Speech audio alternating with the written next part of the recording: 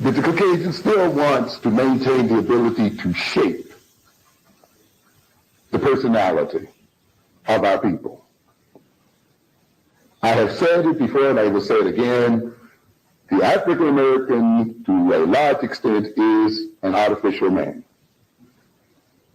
We are a creation, not only the African American, generally pretty much on a worldwide basis, a creation of another people.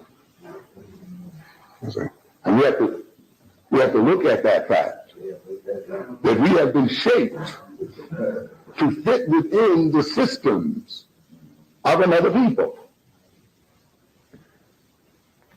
I often have said that the best way to understand the psychology of the black child, which is also the psychology of the black adult because they're one and the same, is of course to understand the psychology of brainwashing. We are a brainwashed people. We are a sick people, neurotic and psychotic. Now that seems, certainly, if you're shaped by neurotic and psychotic and crazy people, you reflect their own craziness and their own madness, you see. And in order to shape the people, you have to have control of their environment. We often talk about the skin of a rat. How do you make that rat do what it does? By having control of its very existence and reinforcing it according to a plan and according to a program. When we recognize and we look at the skin of a rat, we will see that the black ghettos the world over are skinner boxes, and that we are the rats in those boxes. And you will look at a reinforcement program put into being to shape our characters, personalities, perception, social relationships, and everything so as to fit within the overall plan of the European. So this shaping process continues. You can look at it in the African slave. What happens here with the African, and how do you bring about brainwashing, and how do you really begin to change a person's personality? Of course, one of the major things you must do is put them under stress, heavy stress. Heavy stress and anxiety has the effect of disorganizing an individual, as many of you have taken the exam of know, right? It doesn't matter how well you study quite often. If you let that anxiety build up too much, your whole memory goes out. Your ability even sometimes to control your current situation goes out. Everything that you've learned in your past becomes useless when that anxiety reaches a certain level of development. Let's look at the African man for a moment and see how this happens. You know, if you want to run a quick, if you really want to brainwash a person and so forth, of course, one of the things you should do is arrest them in a way that they don't even know what they're being arrested for. Why are you taking me in? What is this? I've done nothing, you know, and just haul them in anyway, you know, and refuse to tell them. Puzzle. Right away, confusion is in their mind. And the mind now is opening up to be suggestible. The more and more you confuse. The other thing, of course, is to arrest them at night, 2 o'clock in the morning. You know, to bang on the door and knock on the door down, you open the door and whap, somebody's in there, and they got you, hustling you out. Now you hustle out, no one knows that you're gone. You know, you wonder if your neighbors don't see you gone, your family don't know where you are, and now you're completely cut off and isolated from everything and everybody that you know. Thus, you don't know what these people are going to do with you. They got you down there in this dungeon somewhere. They're threatening you and terrorizing you. You don't understand why you're there. You don't understand what they're asking. You don't understand what they're getting after. And now that you have no one to call on, you can't call your lawyer, you can't call your family. Nothing that you knew in the past can work for you. Helplessness, powerlessness, and dependency sets in. You're in the hands of your captor. So for example, if you have an albedo of, by the way, an albedo can range from 0 to 1. Okay. So to think of it as a percentage. So right. 0% to 100%. So an albedo of 0.5 that means half the light that hits it gets reflected. Gotcha. So what happens to the other half? It's absorbed. Absorbed. Yeah. Absorbed. Okay. An albedo of 100% is A mirror. a mirror. Precisely. Cool. So nothing gets absorbed. Okay. And an albedo of 0 means 100% of the light energy gets absorbed and nothing gets reflected back. Wow. Okay. Can that? If you didn't have anthropologists saying, let us divide the world into races, okay? Right. If they really wanted to be sort of scientific about it, they could just have an albedo. You just have an albedo. Right. Because and so, yeah. like, that's a full spectrum. Right. I mean, that's so much more specific. There's more than information. The arbitrary designations that we give people based on their skin color and their culture. Yeah, right. Because what we do is we say, everybody who has this rank, put them in this one bin, and we'll describe them all that way. Exactly. Okay, and that way. But if you thought about albedo from the beginning, you'd realize that the human species fully populates the entire spectrum, the entire range of albedos. Right. Okay, they're very highly reflective white people. They're very highly absorptive black people. Right. And so dark-skinned people. Like Jaimin Hansu. He would the actor. He'd be like a 0.1. Yeah, way down there. Most of the sunlight that hits you. Right. A lot of things. Okay. Yeah. So if you're very fair skinned, you're reflecting most of the sunlight that hits you. Right. Even so, fair-skinned people are susceptible to sunburn. Right. Even though they're reflecting most of the light that hits them. The little bit that gets through is sufficient to do skin damage. Right. If darker colored skin, you're absorbing most of the light that hits you. And you're not getting skin cancer. Right. So the role of melanin is extraordinary in that regard.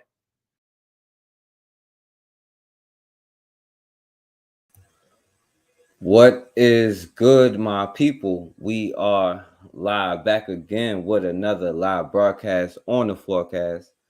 Shouts out to my brother Oni. What's going on, Consider? I appreciate y'all for coming through. I know this late on my half, you know what I'm saying? I was checking out Bakari's show. Yeah, definitely subscribe to my brother Bakari, Yeah, so I was checking out his show, and I still wanted to come on here because now I have time. This is when I have time, and I'm not going to be able to do this for the next couple of days. And this is something that is pretty serious. And by the way, and salute to my brother Rashid Holmes. Salute, I appreciate you coming through, my brother. But consider, of course, had a meeting yesterday, and we definitely would like more people to get involved. And, if you're serious about taking action and trying to do something, we can figure out a way to get things done, So shouts out to Considera for doing that. And her email is realminthebush@gmail.com. What's going on, Raw? Appreciate you for coming through. And Jermaine, y'all appreciate you for coming through. So if y'all want to be a part, my email is in there, and I'll, send it to her. If y'all want to be a part, so let me know, or just say whatever. But this is trying to at least try to create something to get to our younger generation and teach them. And so I know this is late. Yep, realminthebush@gmail.com. So y'all email Consider if you want to be a part of that. You know what I'm saying? So we could definitely use all the people that is willing to, make a change or do something, or however you want to put it. Now, like I said, I wasn't even gonna do this one, but this is something that's important that I need to reiterate, and it's something that we need to talk about because I know even when it comes to me, one of the most important things that we can do, because we can't do anything, right, no matter what it is, unless you have your health. You know what I'm saying? And I know even, it's people that we know and that, it may be happening to our family members or anything like that. So it's something that I need to stress because we need not only our people to have the right mindset, you need to have the body to go, because it don't matter what your mind state is if you are lacking, you know what I'm saying, in that area. So I wanted to come on and talk about this. Now, I'll show this one, right, because I just saw this, right, with this brother who collapsed on stage, and I'm not gonna show it. And I've heard people say, I heard like a heart attack, but I've heard, you know, other things too. But you know, this brother, Big Pokey, he died. He's a rapper, you know what I'm saying, and he collapsed on stage, you know what I'm saying. Pokey, his real name Milton Powell, and this came after what happened on stage last night. Nobody's sure exactly how he died, but there are videos circulating across social media showing him collapsing during one of his performances. ABC 13's Daniela Hurtado is live tonight with what she's learned. Screwed up click. Today at the record shop, many saddened but would not go on camera out of respect for his family. Pokey was one of the influential people that started that sound, you know, so. She saw him at a show and multiple music figures across our city, showing the respects tonight across social media following his sudden loss. Big Pokey's team sent us this statement, quote, "In the coming days, we will release information about his celebration of life and how the public can pay their respects. We ask that you respect his family and their privacy during this Oh yeah, consider I'm not lost on that, you know what I'm saying. Now this brother was on stage, and I'm not gonna show that video because it's like messed up, and I probably should so that we understand the dangers of whatever we get involved in, especially what's out there today, you know what I'm saying, like, and whether it be the food that we digest and the lifestyles that we live, or even, you know, the drugs that you may or may not consume, you know what I'm saying.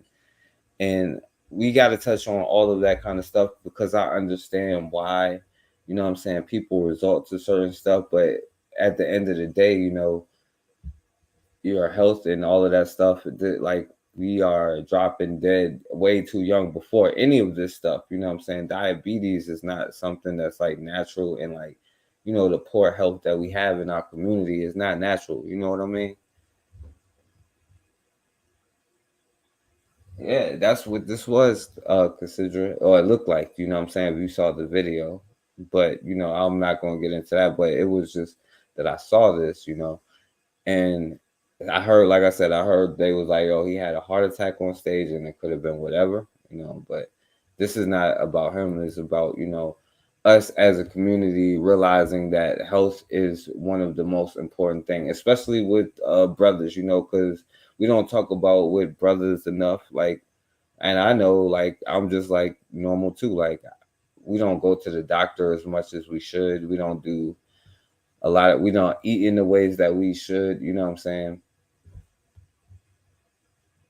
And it's definitely important that we realize that, you know, just simple things like, you know, the way exercising and doing the thing, eating the right things and making the right decisions, especially with all of the reasons. So let me play this. And this was from a couple of years ago. I know y'all remember because I showed, you know, this brother who was a rapper, but Craig Mack, who was also a rapper. If you know anything about, you know, rap back in the day, you know what I'm saying, you would know who Craig Mack is. A prominent figure in the hip-hop community and a pioneer of Diddy's Bad Boy record dies at the age of 46. It's been reported Craig Mack, famous for the Grammy-nominated song Flavor in Your Ear, died from heart failure. The rapper's death sparks a conversation about black men and heart disease. Our Tristan Hardy joins us in studio with some facts you need to hear about this silent killer. Absolutely. Heart disease is the #1 killer for all Americans, and the CDC says each year more than 600,000 people die from it. Those deaths, 44% are black men. That number right there is something I wanted to dig deeper into. I spoke to Dr. Dudley Golden, a cardiologist in Tyler. He says eating foods that are high in sodium and low in potassium, along with little exercise and smoking, play a huge role in heart failure and disease. Dudley says he sees high rates of high blood pressure, obesity, and cholesterol with black men in East Texas, something that can lead to other complications, such as kidney failure or stroke. Currently, they would like everybody's blood pressure less than 130/80. And when you get up to 140/90, you'll be able to track your cardiac risk factor. Right. So there's your white dude, your white validation for you. Oh yeah, and by the way, they did have across this. the board. Dr. Dudley says you can't control your blood pressure. I guess they had to put a white bitch in there to get a black dudes to go to the doctor's office or something, you know. I don't know. Maybe that's what it takes to have a white bitch that's in the office for you to go to the doctor. But also, again, the importance of raising your children to know the value of this stuff, like paying your doctors, paying them, making sure that they want to go every day because they know that they can make a living doing this, and then they can take their time and do it well. You know, that's something that it would help us to get into a habit of, you know. Yo, what's going on, Miss Vita? It was suspect, yeah. I feel what you're saying, you know. But I see this stuff like a lot, you know what I'm saying? Without working. Let me see. Let me play this. Because they, like, again, you see they try to make it like a COVID-19 thing, but this is not about COVID-19 because, my uncle suffered a stroke. Like, I have my homie who was, you know what I'm saying, like 50 something, you know, and he had a brain something, you know, where it was like fluid on the brain or whatever happened, you know what I'm saying? And it's that poor health quality that we have. I knew a sister who was my age, graduated high school with me, you know what I'm saying, that like dead at like 34, 33 with heart problems, you know what I'm saying? Some frightening food for thought. Black Americans have a higher rate of stroke and death from stroke than any other racial group. One of the biggest causes is high blood pressure. More than half of us have it. Then there are other risk factors like now, and this is whatever to other people's communities, right? And high blood pressure, the obesity, diabetes, and a lot of us do smoke, you know what I'm saying? And I know that a lot of it may or may not be brought on by stress and all of this stuff, you know, but these are things that's making us have the results that we have, like, and the foods that we eat. We already know the foods is terrible in our community, you know, but I don't know. obesity, diabetes, and high levels of bad cholesterol, and of course, smoking. Bernard Ashby, care. Welcome, Dr. Ashby. It's a pleasure. So let's back up and start from the beginning, right? What causes a stroke? So, Tashani, pleasure to be here. And it's great to talk about something that's right up my alley as a vascular cardiologist. And so your question is a great one. What causes a stroke? So first of all, you must define what a stroke is. And the technical or the medical term is a cerebral vascular accident. And that's basically anything that prevents blood flow from getting to the brain cells. And so it could be a result from a blocked artery, which is an ischemic stroke, or a result of a ruptured artery, which is a hemorrhagic stroke. And it's all basically related to plumbing. So this is a normal artery. And if you have the artery get large, which is an aneurysm, it can burst and then bleed out. And obviously that pipe is no longer supplying blood to the blood cells. And that is a version of a hemorrhagic stroke, which is a minority of strokes. The vast majority of strokes are actually related to some form of a blockage, and we'll get into that a little bit later. But this is the number one reason of strokes, which is plaque formation in the arteries. Wow. And the same thing that causes most strokes is the same thing that causes most heart attacks. Now, and the thing is, right, I remember the day that my uncle, right, he used to pick me up on his trucks. He had like 3 of his own trucks. I remember the day he called my grandma because he was out and he had a stroke somewhere. And he was never the same. He was always sharp. He was a businessman who had his own money. He had a business, his own trucking thing, you know what I'm saying? And just like that, his stroke build up, you know what I'm saying? Like, and he was never the same again, you know what I'm saying? And, my cousin, like cancer, he just got sick real quick, just like that, you know what I'm saying? And still we continue into a lot of the terrible patterns that we just do every single day. And even if you do that, try to start incorporating something like walking every day or something, you know what I'm saying, to get a control of that, because we don't want to keep like maybe you don't have to prick your fingers anymore. You know what I'm saying? I remember, my mom and them had to take their shots and prick their fingers and stuff like that. And they still have to do that, and this kind of stuff is like, is what is one of the biggest problems that we have, because if we can't even be healthy, we can't do nothing right. Tell us about that, because we need to know this. Yeah, and that's the unfortunate reality of cardiovascular disease. Over 80% of cardiovascular disease is preventable. And as I alluded to earlier, the majority of cardiovascular disease is related to atherosclerotic cardiovascular disease, which is, again, plaque formation in the arteries. And the things that cause this plaque are the risk factors that we talk about.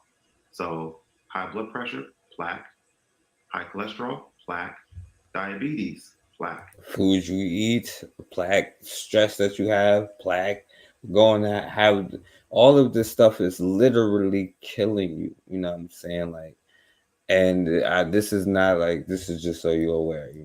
If you don't exercise, if you don't eat well, all of those things are considered things that cause plaque and what we refer to in the medical field as risk factors. And so that's the vast majority of strokes. Now, there's other types of strokes, such as those related to something called atrial fibrillation, where you form clots in the heart from an arrhythmia that can go to the brain. I want you to drive this message home for folks who may need to change their lifestyle, right? What happens to the body when you experience a stroke? Because I'm sure we're all out there, we know someone that's It might be a little bit too crazy, right? But, let's go. experienced it, right? Whether it's a family member or a friend. And can you recover? What's the road to recovery look like? So, great question. And strokes are related to, again, damage to the brain cells. And basically, whatever that part of the brain is doing, you're going to lose that function. So if it affects a part of your brain that's responsible for movement, you'll lose movement of your arm or your leg. Or if it affects a part of your brain that's responsible for speech, you won't be able to talk. If it affects your vision, part of your visual field will be gone. And those are all forms of strokes. It just depends on what part of the brain is not getting blood flow or oxygen. And essentially, it depends on what type of stroke, meaning how big of a territory is it supplying. And so all strokes aren't created the same. If you have a relatively big stroke and you don't get to it in time, you will have permanent damage. So if you lose that function, it'll be gone for good. And that's why it's important to recognize the signs and symptoms. And that's why we use an acronym. Now, most importantly, right, it's important to establish good habits when you are young. You know what I'm saying? And one thing we don't do is pass down information. We lost a lot of information, of course, due to a lot of the trauma that we get from all of these things that cause us to have these health symptoms and crises, and and even the stress to resort to like smoking and doing all that. And this not to say like, whatever to people who smoke or drink or nothing like that. I'm just saying like, I understand what leads to the whole thing, you know what I'm saying? But it's all by design, you know what I'm saying? So like eating the right thing. And I showed you that albedo thing, right?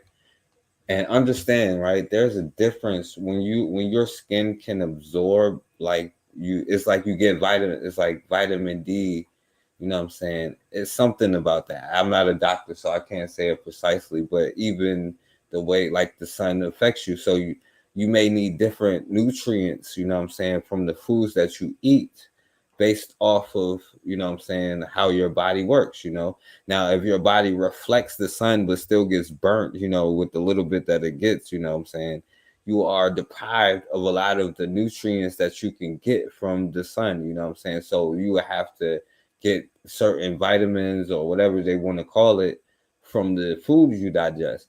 But if you also have too much of that, you don't want to congest or eat the same thing as, like McDonald's or whatever you want to say today. But all of these things affect us health wise, you know what I'm saying? Like when it comes down to it. by Sangamon County Medical Society for the Medical Innovators Award. The work Yo, my brother MD2, what up? we did was largely with a clinical database in patients with hypertension, mostly, though not exclusively, African American, who were coming to us for care, and we assessed their vitamin D status before we started treating them, and really made several observations I think that are important. One is that over time, when people's vitamin D levels were very low, if you gave them vitamin D over and above the blood pressure lowering you got just from drugs, Now, this isn't this is so important, MD2, right? Because he's talking about here, MD, vitamin D deficiency. Now, if you get too much, it affects you also. So if you're taking the same medications as somebody who may need more vitamin D than you, is naturally going to make you sicker or not function at your highest peak ability. You know what I'm saying? So like, even when we talk about these topics, that's why it's important to have doctors and stuff like that, and to understand this as young as possible. Because like, I can't speak on that. I'm not a doctor or nothing like that. So got additional blood pressure lowering with vitamin D. Somewhat unexpectedly, though, we found that in the same group of people who really had very low vitamin D levels, over a period of about 5 to 6 months, they lost just under 5 pounds in body weight. And physiologically, this makes sense because there are cellular pathways that get up and down regulated that cause you to maintain fat, accumulate fat when your vitamin D levels get low. yeah, the stuff that block those arteries that they was just talking about, you know what I'm saying, with stroke. Now, I don't know how it, like, because I've known way too many people that have just like had strokes, and this is before all of this stuff, you know, high blood, heart attacks, and all of this stuff that's like close to me that is a problem. You know what I'm saying?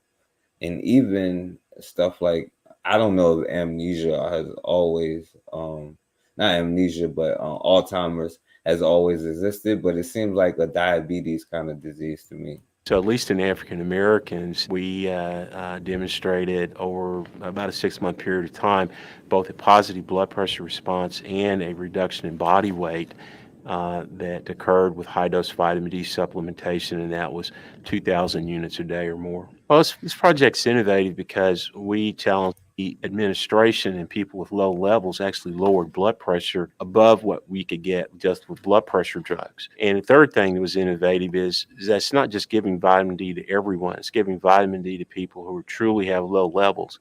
The Institute of Medicine really has established a threshold of 20 nanograms per ml.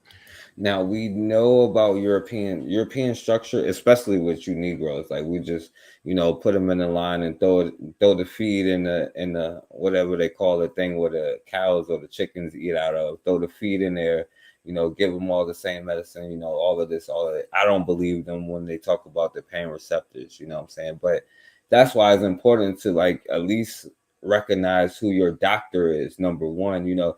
And I'm gonna tell you this, you know, from what I've learned from my age, you know, if I would have listened to like certain things as older people, you know, like, and even now I have the ability to listen when find a black doctor, find a black dentist, find, you know what I'm saying, good ones, not just anyone, but a good one, you know what I'm saying, because they are out there and they do exist.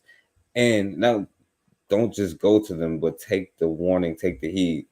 And you could do what you want to do, you know what I'm saying, but understand everything has a cost to, you know, like the saying, like, yo, do I live to eat or do I eat to live?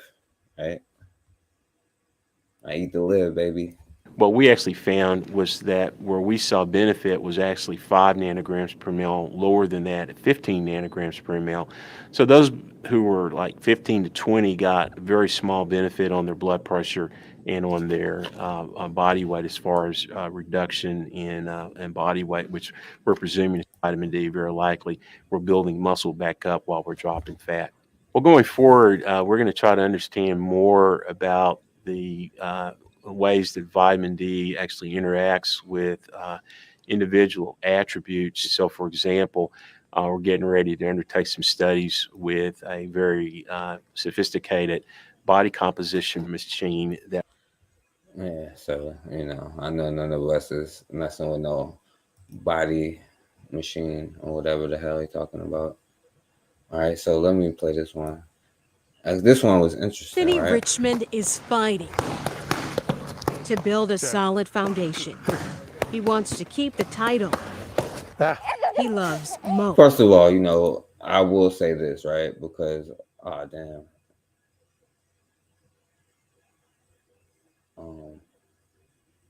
See, they keep wanting to talk about it. I don't care about them white people drowning in the ocean. But number one thing, right? Boxing is a good thing, but you could just take the exercises, you know what I'm saying, and take them one by one. Like YouTube is there for multiple reasons, you know what I'm saying. Even to learn how to cook what you need to cook, you know what I'm saying, what's good for you. Like, who knew adding salt to your stuff makes it worse, you know what I'm saying? Because apparently salt is in everything, you know what I'm saying? Who would have knew that, right? But exercising, walking, if nothing else, you know what I'm saying? I think that kind of stuff is important, because you want to do that, Anthony Richmond is fighting to build a solid foundation. He wants to keep the title he loves most. First of all, though. Greatest dad. Absolutely. It's important for me to. Now, understand, they talking about the black African-American high blood pressure, and it looked like a damn white boy to me. I don't know what he is. He could be some mulatto of some sort. But what the hell is going on? All right, this was the first thing I was alarmed about. Be around long enough, have the energy, have the strength.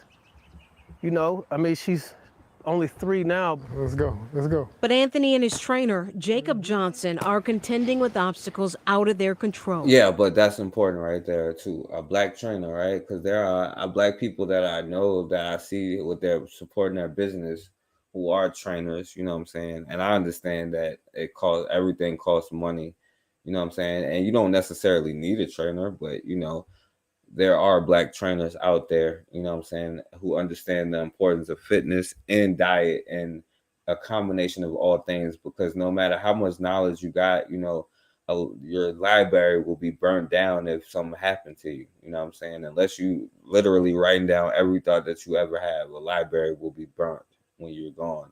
So you want to be in functioning mode, or when you get Alzheimer's, a library is like, I guess, not burnt, but you know what I'm saying, they're looting it or something. Not looting it, but throwing bottles through the window or something. Trainer Jacob Johnson are contending with obstacles out of their control. Black men are hit hardest by high blood pressure, some of the highest in the It's like black men didn't show this dude. world. It's a silent killer that often comes without symptoms or warning. It's almost like it seems like it creeps up on people. It's never too late as long as you're still breathing. But He might be black. I don't know. Maybe I'm tripping, right? But I don't know. Yeah, his albedo looks pretty low or high or whatever, or pretty high. Waiting until something really serious happens. Hollywood director John Singleton's death was a wake-up call. So yeah, I had to get to a point where I was like, okay, I need to look at myself and use it as a moment to say, no, I need to apply a lot of what I teach and what I work with other people on. It's never easy. In this room, Dr. Mosey Bennett with the Minneapolis Heart Institute has seen the worst. As a heart failure cardiologist, I see kind of the end stage, the end results of uncontrolled blood pressure. That's advanced heart disease, a heart that doesn't pump that well anymore. We know heart disease is the leading cause of death. Bennett says a blood pressure of 120/80 is ideal. Leading cause of, I know we like to talk about black on black crime and all this other leading cause. This is crime, by the way. I want you to understand this. This is crime, right?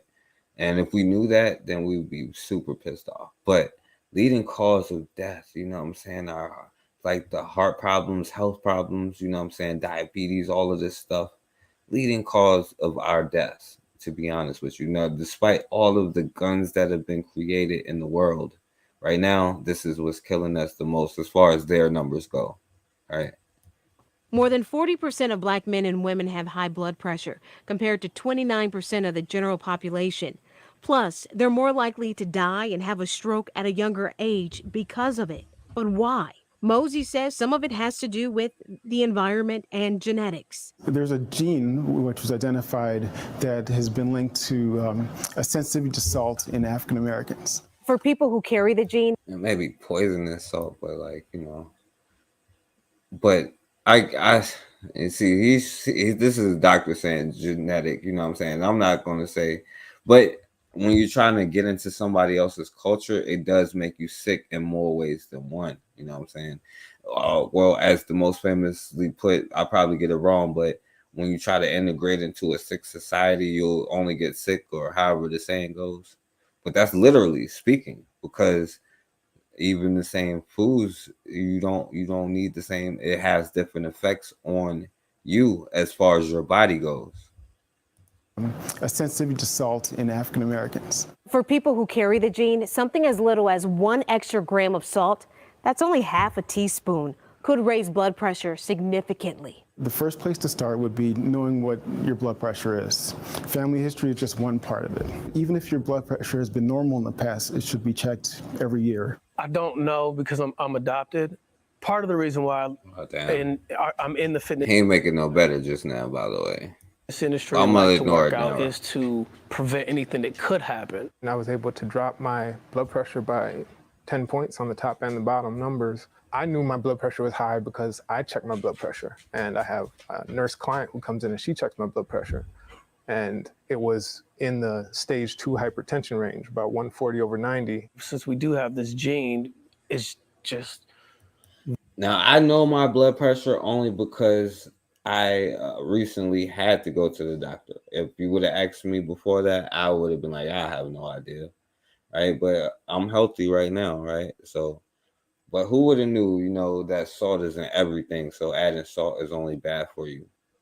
I didn't know that. Very important to teach our youth, especially, to be more healthier, be more active. As Anthony keeps fighting, he has motivation. I want to be around until they're old, till they have grandkids of their own. Help! It's the hot lava!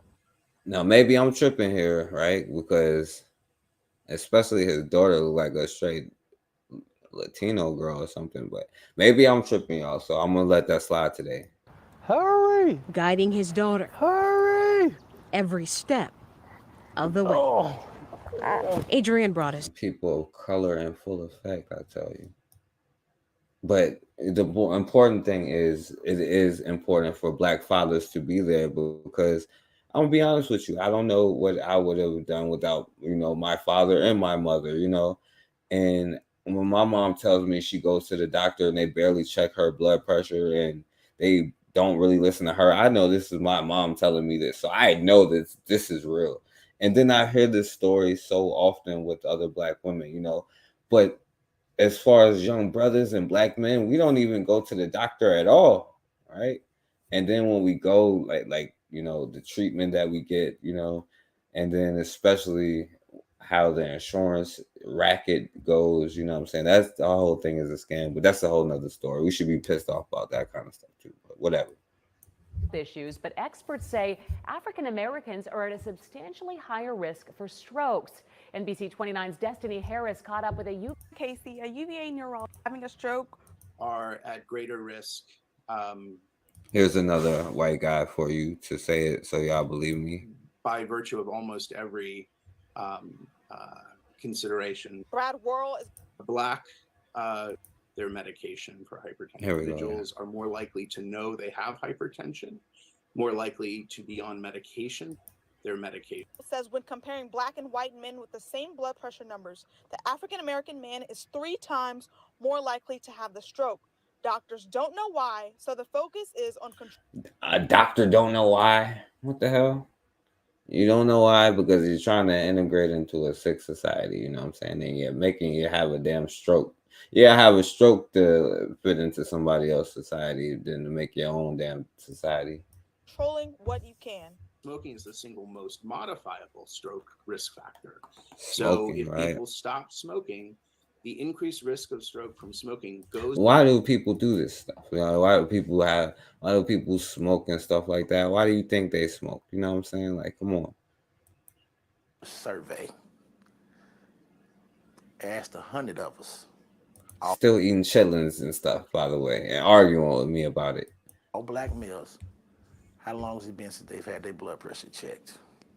And I bet you some. I'm gonna play that one more time. I'm gonna ask y'all. I'll put money me and MG2 probably the only black men in here, even though I know a lot of y'all ain't even saying nothing. But I appreciate y'all for being here. But me and MG2 is probably the only ones that recently had our blood pressure checked. And I'm good, so I can say this right now. You can go out here and do a survey. Asked 100 of us, all black males, how long has it been since they've had their blood pressure checked? And I bet you some of them will tell you years. With purpose and intent, Jonathan House just identified and articulated possibly the most dangerous reality among black men in the United States. You're medicated for it. I'm medicated for it. How many other black males aren't? In November. And see, this is the thing, right? That we can't ignore, right? Right. A lot of people who's talking about this stuff is bigger, you know what I'm saying? Like, even if they not like, like when my uncle get older, he put on a lot more weight. You eat the way you, and it's not just you eating better, because eating better, it would be like, eating the right things, right? So we can't just ignore that side of the game, because a part of it, yeah, food deserts, we get that part, you know what I'm saying? And it's the design of the game to make us be this way, you know what I'm saying? Now we have to make a counteract, you know what I'm saying? And understand a lot of the processes, because if you don't have enough health to fight back, then you're going to lose, you know what I'm saying? And that's a fact, and a part of it is what you eat, and a part of it is not doing the exercises that you're supposed to do. Or I'm telling you, just walking every day. Get a dog, you know what I'm saying? Go walk your dog for 30 minutes, 45 minutes every day, and then try to go a little bit farther every day. You know what I'm saying? Just doing that every single day, right? While you can, because that's what they won't tell you. And I still don't, because I get it, because I still don't get certain things because it's not hit home yet. I'm still young. I still like, yo, forget that. I'm going to get a hamburger. But I'm like, yo, now I'm like, okay, I got to listen and I got to eat the right things, you know what I'm saying? Instead of eating, less or more healthy things than whatever, because that's a part of it, because you need to think right. You need to like be able to run when you have to. The black males aren't. In November of 2021, House says his blood pressure was off the charts when he collapsed from a stroke.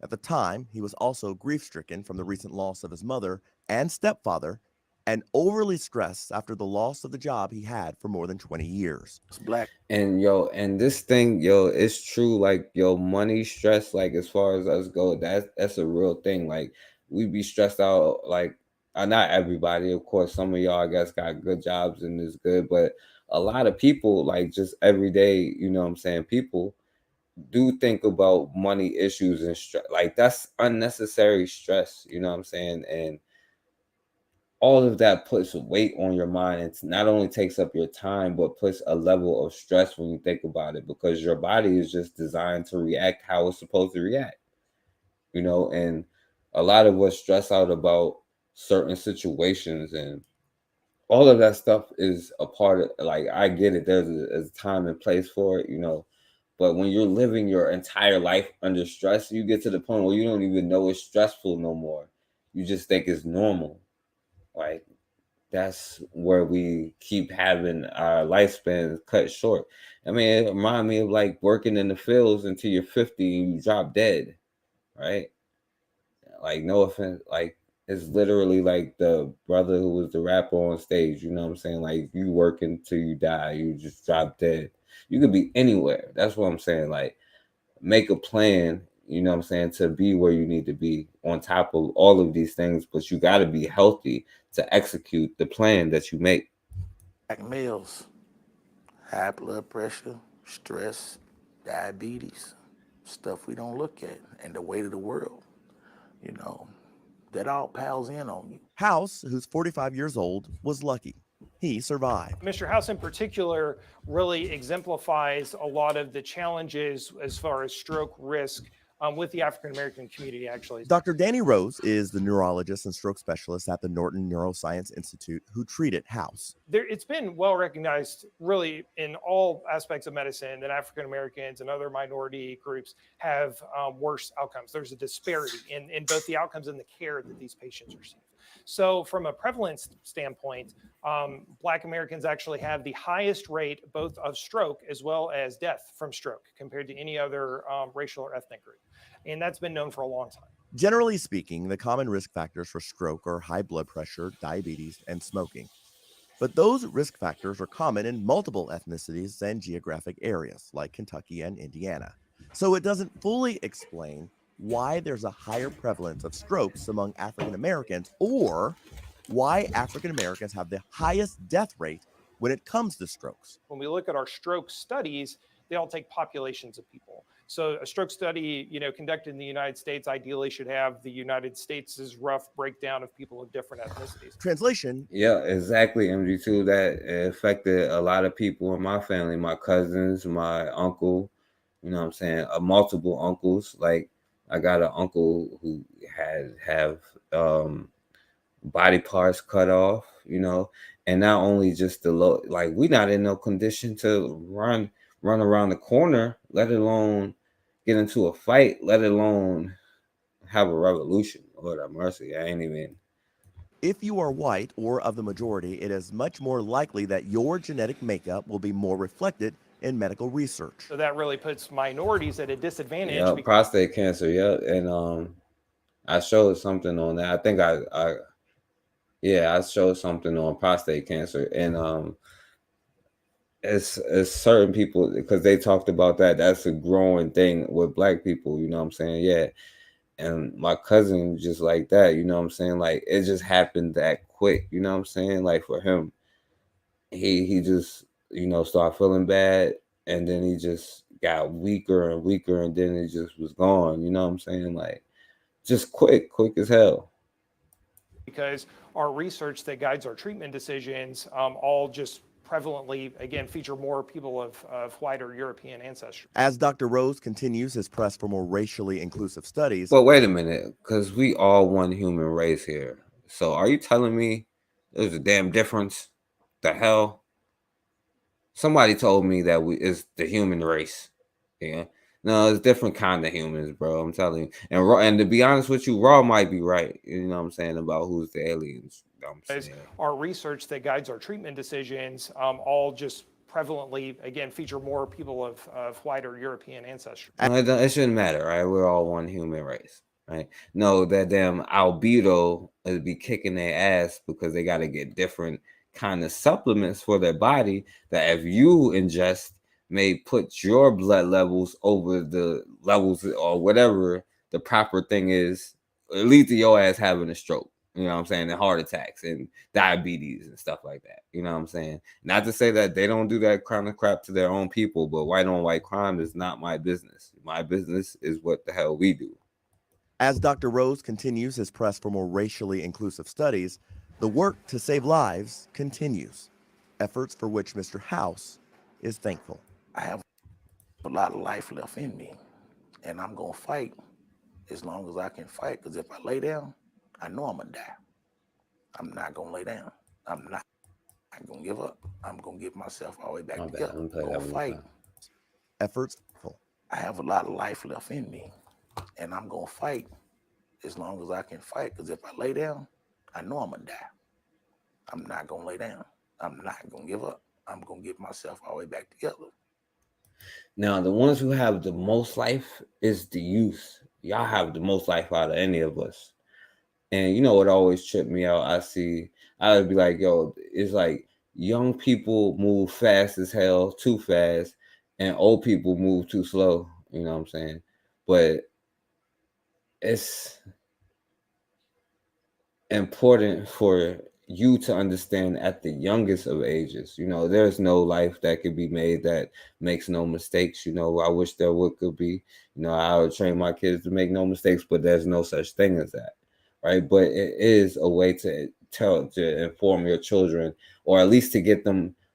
Your job is to put the correct habits into them, which is, being physical, exercising, learning. Like, now what they do on their own is on them, but it's for you to put the right things into their mind, and as your job is the children to, like, at some point you're going to come back to it, but you got to understand this is going to be you one day, and it's very hard to conceive that, and by making the right decisions and having your body in the highest peak performance, you're more likely to get all the things that you want to be, because I know I'm a dude, like, you'll get, the girls, you'll get probably the career you want.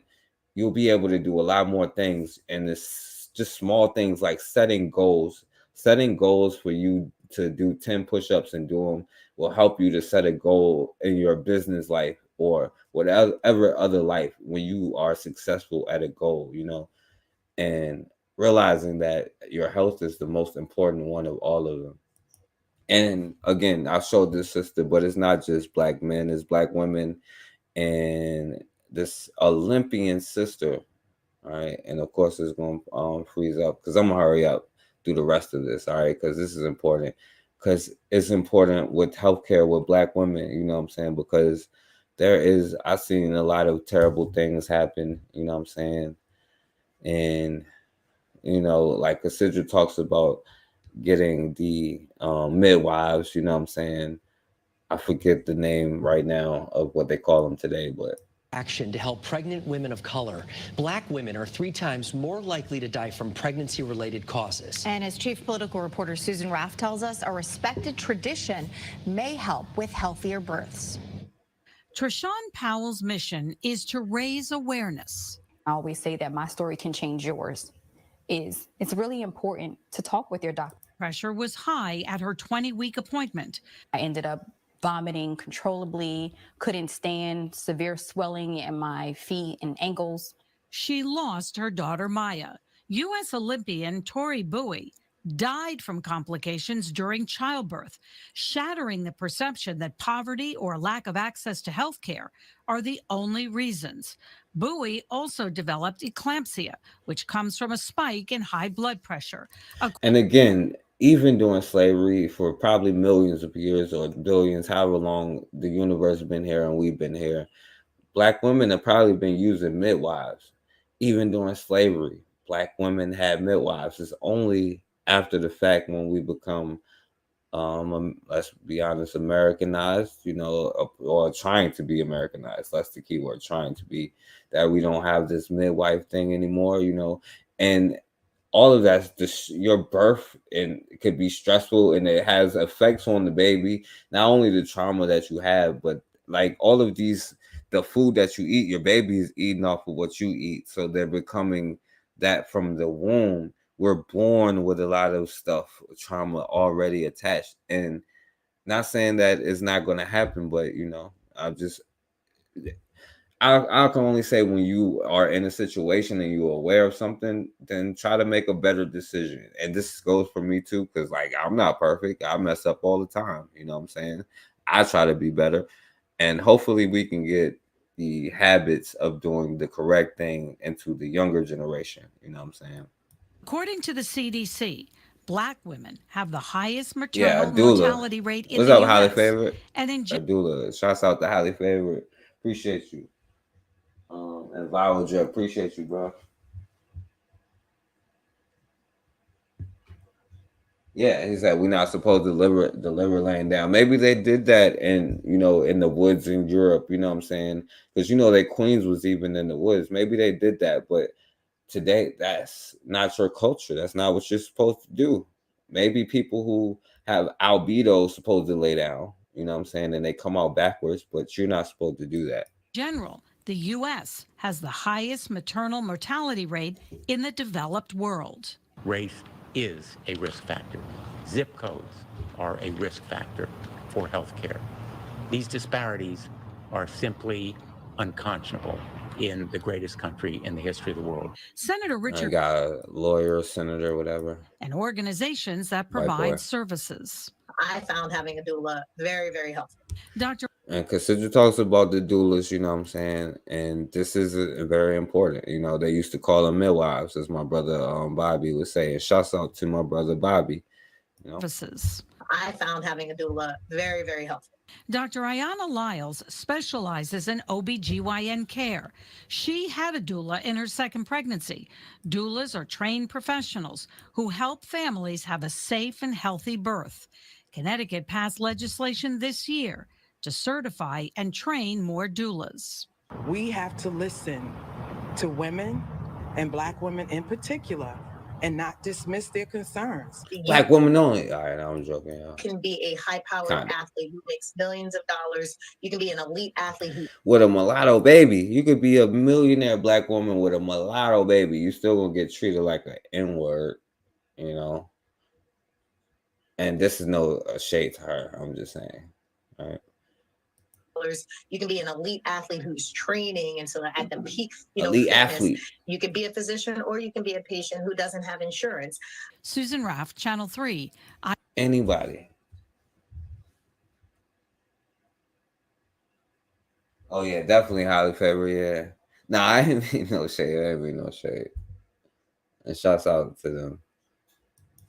All right. So I'm gonna try to go through because I want to show.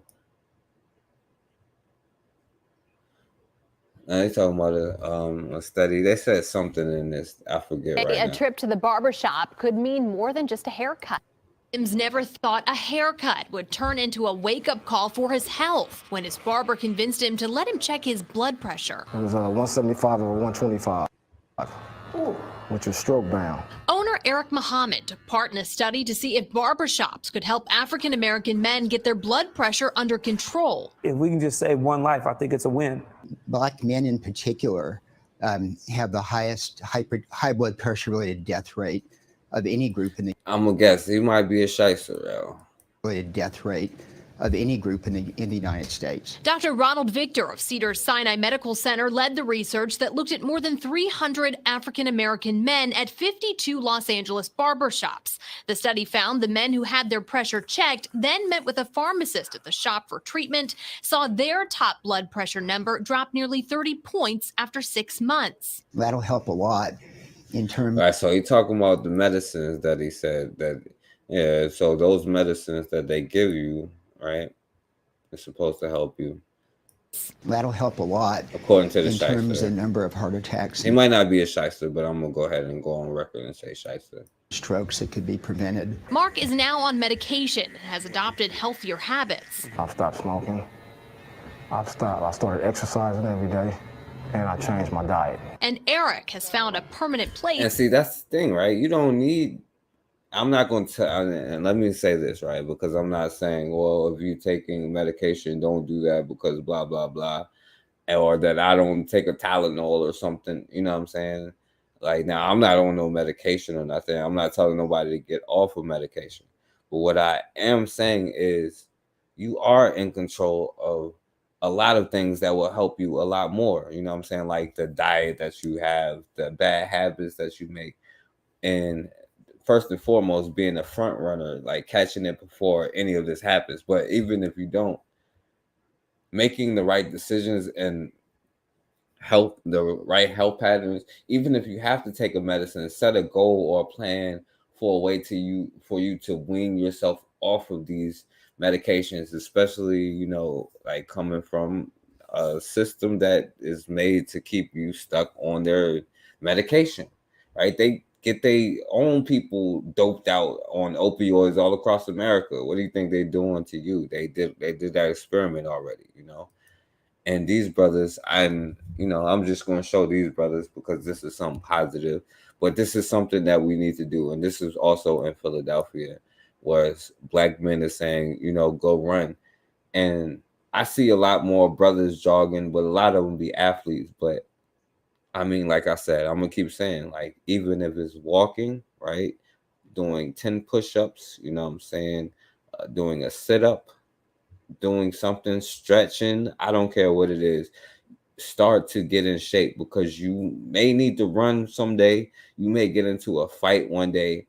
hell, you never know. You know what I'm saying? You may realize that you're in a war and get your wake-up call, so you never know. For these men in Philadelphia, running is more than a workout. It's very therapeutic, and I enjoy it a lot. It's also a mission. You know, we're all about brotherhood, health, and unity. Lawrence Harrington is the Philadelphia chapter captain for Black Men Run. Now, for whatever you say, Black men, health, and unity. I'm with that slogan right there. A national organization started by 2 Black men in Atlanta in 2013. They saw a need for African Americans to come together because of things that are prevalent in our community, such as, you know, cardiovascular disease. See, I wonder if Bakari in that group running right there. Diabetes, and just the African American community dying at an alarming rate compared to, you know, some of our counterparts. Cardiovascular disease is the #1 killer in the world. A disease most prevalent in Black men at 59%, according. Yes, yo, and even people that I like care about, like what the, you know, this is another thing, respiratory diseases and respiratory issues, because even brothers that don't smoke, like lung cancer and colon cancer and all the other cancers that they say that we have. I'm not, like I said, I'm not an expert on, I'm a doctor or nothing like that, but y'all know, y'all been hearing the warning since Teen Summit, you know, back in the day, right? But like, we are at risk because we are in a culture designed to be this way. The foods that we consume, right? Every part of it, you know what I'm saying? World. A disease most prevalent in Black men at 59%, according to a 2020 Mayo Clinic study. As Black men, we have to take care of ourselves. One thing is hypertension is something we call the silent killer, so it's something we don't always know that we have. Eric Finger has been running with Black Men Run since 2015. He once had hypertension before he started running. Was able to get that regulated, just being able to eat properly and surround yourself with good brothers to always encourage you to come out, get some miles in, break a good sweat. Always surround yourself with people that's doing the things that you want to do, right? Young people, remember that you don't want to be the best one or the smartest one in your group. You want to have somebody who is doing what you want to soak up the knowledge of the people who's doing what you want to do, right? The things that interest you. I don't care what it is. If you in a little league game at the time, go look up the people that's going to help you win that game, right? And then once you realize who you are and what you are, then do that to the max. Every year since the Philadelphia chapter was founded in 2013, they've had members run in the Independence Blue Cross Broad Street Run. For me, it's my favorite race. I love the Broad Street. It's my #1 race. Like I said, my goal is to do it 30 years straight. Broad Street is always one of the best runs. It's a lot of activities. The crowd support is amazing. So it's always something you look forward to, regardless if you're coming through a marathon, half marathon. You know, it's always good to come out. The 10-mile race is expecting more than 35,000 racers this year, all coming together at a time when Philadelphia. Yeah, unless they do something like they did in Boston. But okay, I'm gonna skip this one. I have to play this video. I have to play this video because this brother is doing something good. So, but this is a former NFL player who has used his resources for the right thing. And of course, this is freezing, but I had to play this one, right? And they can freeze all they want. I'm still play it.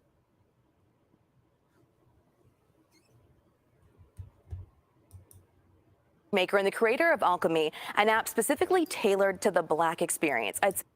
Ryan Mundy is this week's change maker and the creator of Alchemy, an app specifically tailored to the Black experience. I'd say a perfect tie-in as we celebrate Black History Month. Thanks for being with us, Ryan. Thank you so much for having me. Good morning. Good morning. Happy you're here. So let's first just talk about your why you said, I want to make this my focus right now. Yeah, after 8 years in the NFL and 24 years in total, I kind of hit rock bottom. Not kind of, I did hit rock bottom, just trying to figure out who I was, quite frankly, when I wasn't tackling people anymore.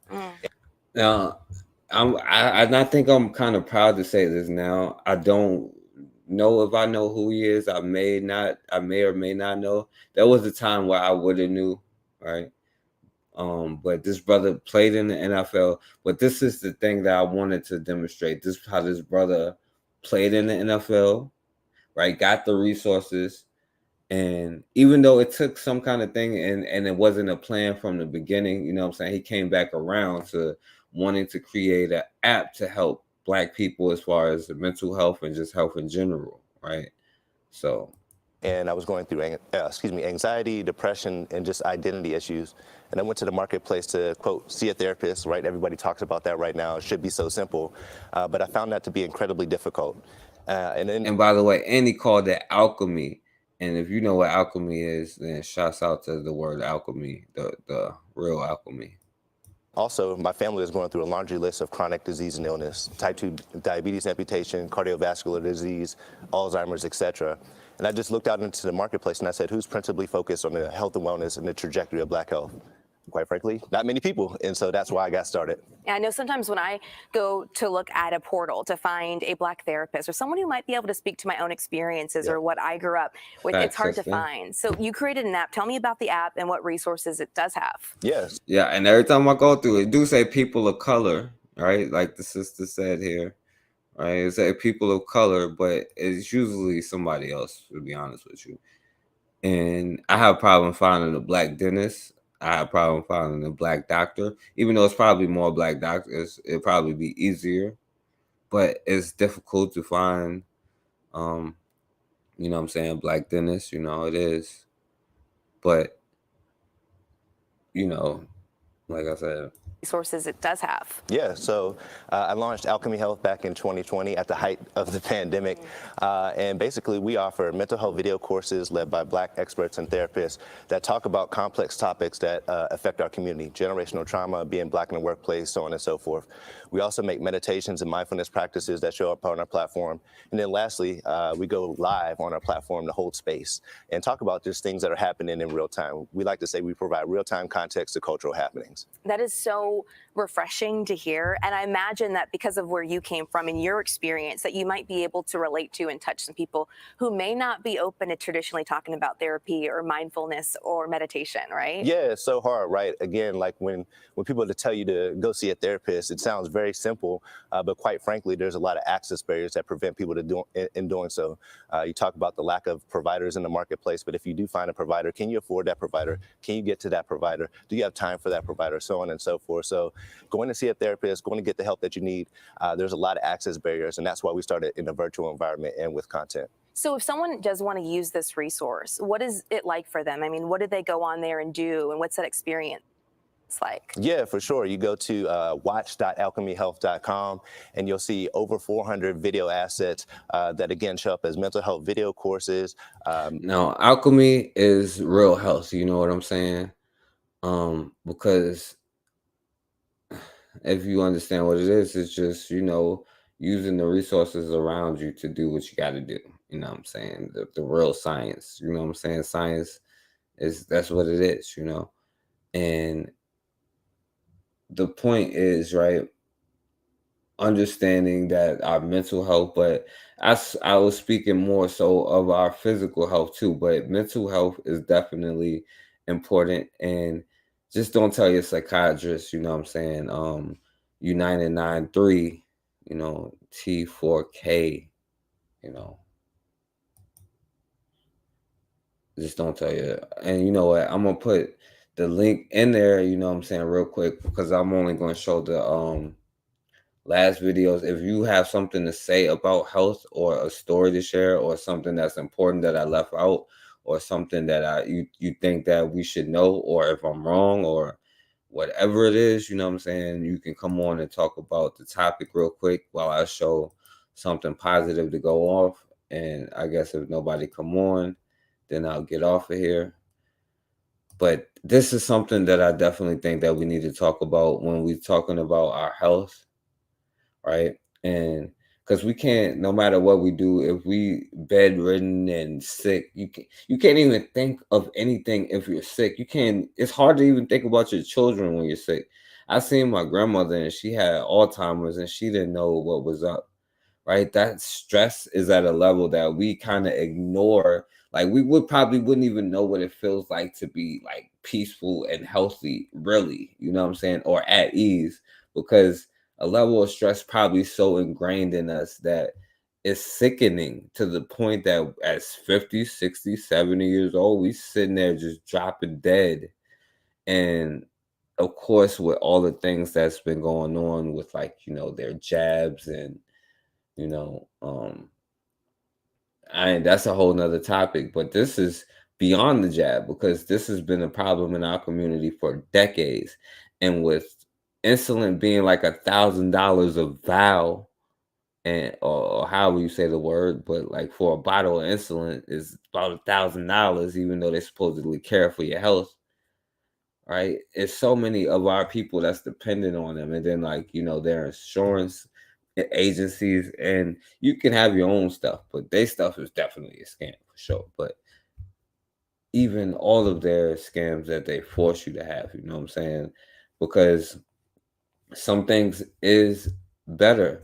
Instead of getting potato chips, get like some fruit, you know what I'm saying? Or instead of, like, you know what I'm saying, laying up, go walk for 30 minutes and see what happened. Just this simple decisions to make that makes you, what I'm saying, understand and makes you better, And it's important to understand this in many different ways. On a personal level, because you don't want to be hurt all day. You know what I'm saying? You don't want to be in pain because you can't do anything when you're in pain. Or if you have to get a limb taken off, like my uncle, you know what I'm saying? He has it bad, but he's still going to get them like cookies and cakes and stuff. And I feel him, you know what I'm saying? I love that kind of stuff. But that affects him because he don't do the other side where you at least got to exercise, you know what I'm saying? Like, look, I eat the bread too, so I get it. Yo, what's going on, MG2? Hey, man, I gotta hand it to you. Hotep, peace to everyone, peace to the chat. Oh my goodness, brother, forecast. You keep hitting the nail on the head, my brother. Thank you, my brother. Oh my gosh, how could I start? I had a nice workout today. First off, I'm almost 30 years older than you, and my daughter's your age. And the thing is I can't stress the importance of keeping stuff together, keeping your health together. It just, it scares me every day. And when you're talking about the youth, it makes me sound like I'm like a dinosaur every time I hear you say about the youth. I'm like going, oh my God, I must be ancient. But I can't. I'm speechless because of how important the topic that you're covering. Not a day goes by that I'm not scared. That I'm sitting there going, okay, something could happen. I never really got checkups. I don't, as Black folks, we know we don't like hospitals. We don't like doctors. We know what the whole, I won't say the history, but the record of us in this so-called environment with Europeans. But because we're in this environment, a lot of what they do is subject us to what their analysis is. And 9 times out of 10, as Dr. John Hubert Clark said, it's not necessarily to our benefit. But if we don't do that, then we could be, getting ourselves in some really, really bad situations. If we're not up on our health or checking things out or going to a doctor, it could be worse. My mom had a heart attack several years back. Okay, it was major, and she was within a half hour of being around. And one of the things was, and she's like me, we don't like doctors, we don't like whatever it was, but she said, I'm gonna just take a chance on it. She could barely move, barely breathe. It was pretty serious. And that was one of those situations where, as much as we don't like their so-called system, had it not been for their so-called system, she wouldn't be around. On the other side of it, I've been telling folks, and I'm not sure if I told you about this, about what happened to me. I think I mentioned it, in some of the live streams. I was on tour, and we were doing one of the first Apple broadcasts. It was back in 2012, where they were live streaming. I was coming in from London, and it was an artist I work. You guys know who it is. And so what happened is, I kept having these issues when, like on a lot of international flights coming back in. I shouldn't say a lot, because some of them I'm doing pretty good, depending on the artist. But I started going into shock on the plane. But it's just something that happens naturally. Well, unfortunately, by the time I got into at the airport, was going in through customs, And next thing I know, I'm out like a light and I'm surrounded by paramedics. I had paramedics, Homeland Security, sheriffs, flight attendants. All I remember was seeing a gangload of folks surrounded me. And they kept saying, "Sir, don't move. Don't move, sir. Don't move." And I'm like, "Wait a minute. What?" And they said, "Yeah, you just, you blacked out. Your heart doesn't look good. We're going to have to take you into the hospital because this is pretty serious." And I was like, I mean, it was surreal. And so what happened is this brother came in. He had this little thing. It was like hooked to an iPad. He's doing this, scanning me up and down like Star Trek. And he turns to the sheriffs and Homeland Security and says, "His organs are good. We could take it." Now they thought I was still passed out, but I could still hear and I could actually barely see what they were doing. When he said we could take him, his organs are good, I said, "Hell no, I ain't going to no hospital." Because that's the fear we have of what this so-called industry was. What happened is they had me sign all these waivers. It took me like 10, 15 minutes when I started coming to sign these waivers to relieve them of any culpability, because I said I'm not going to hospital.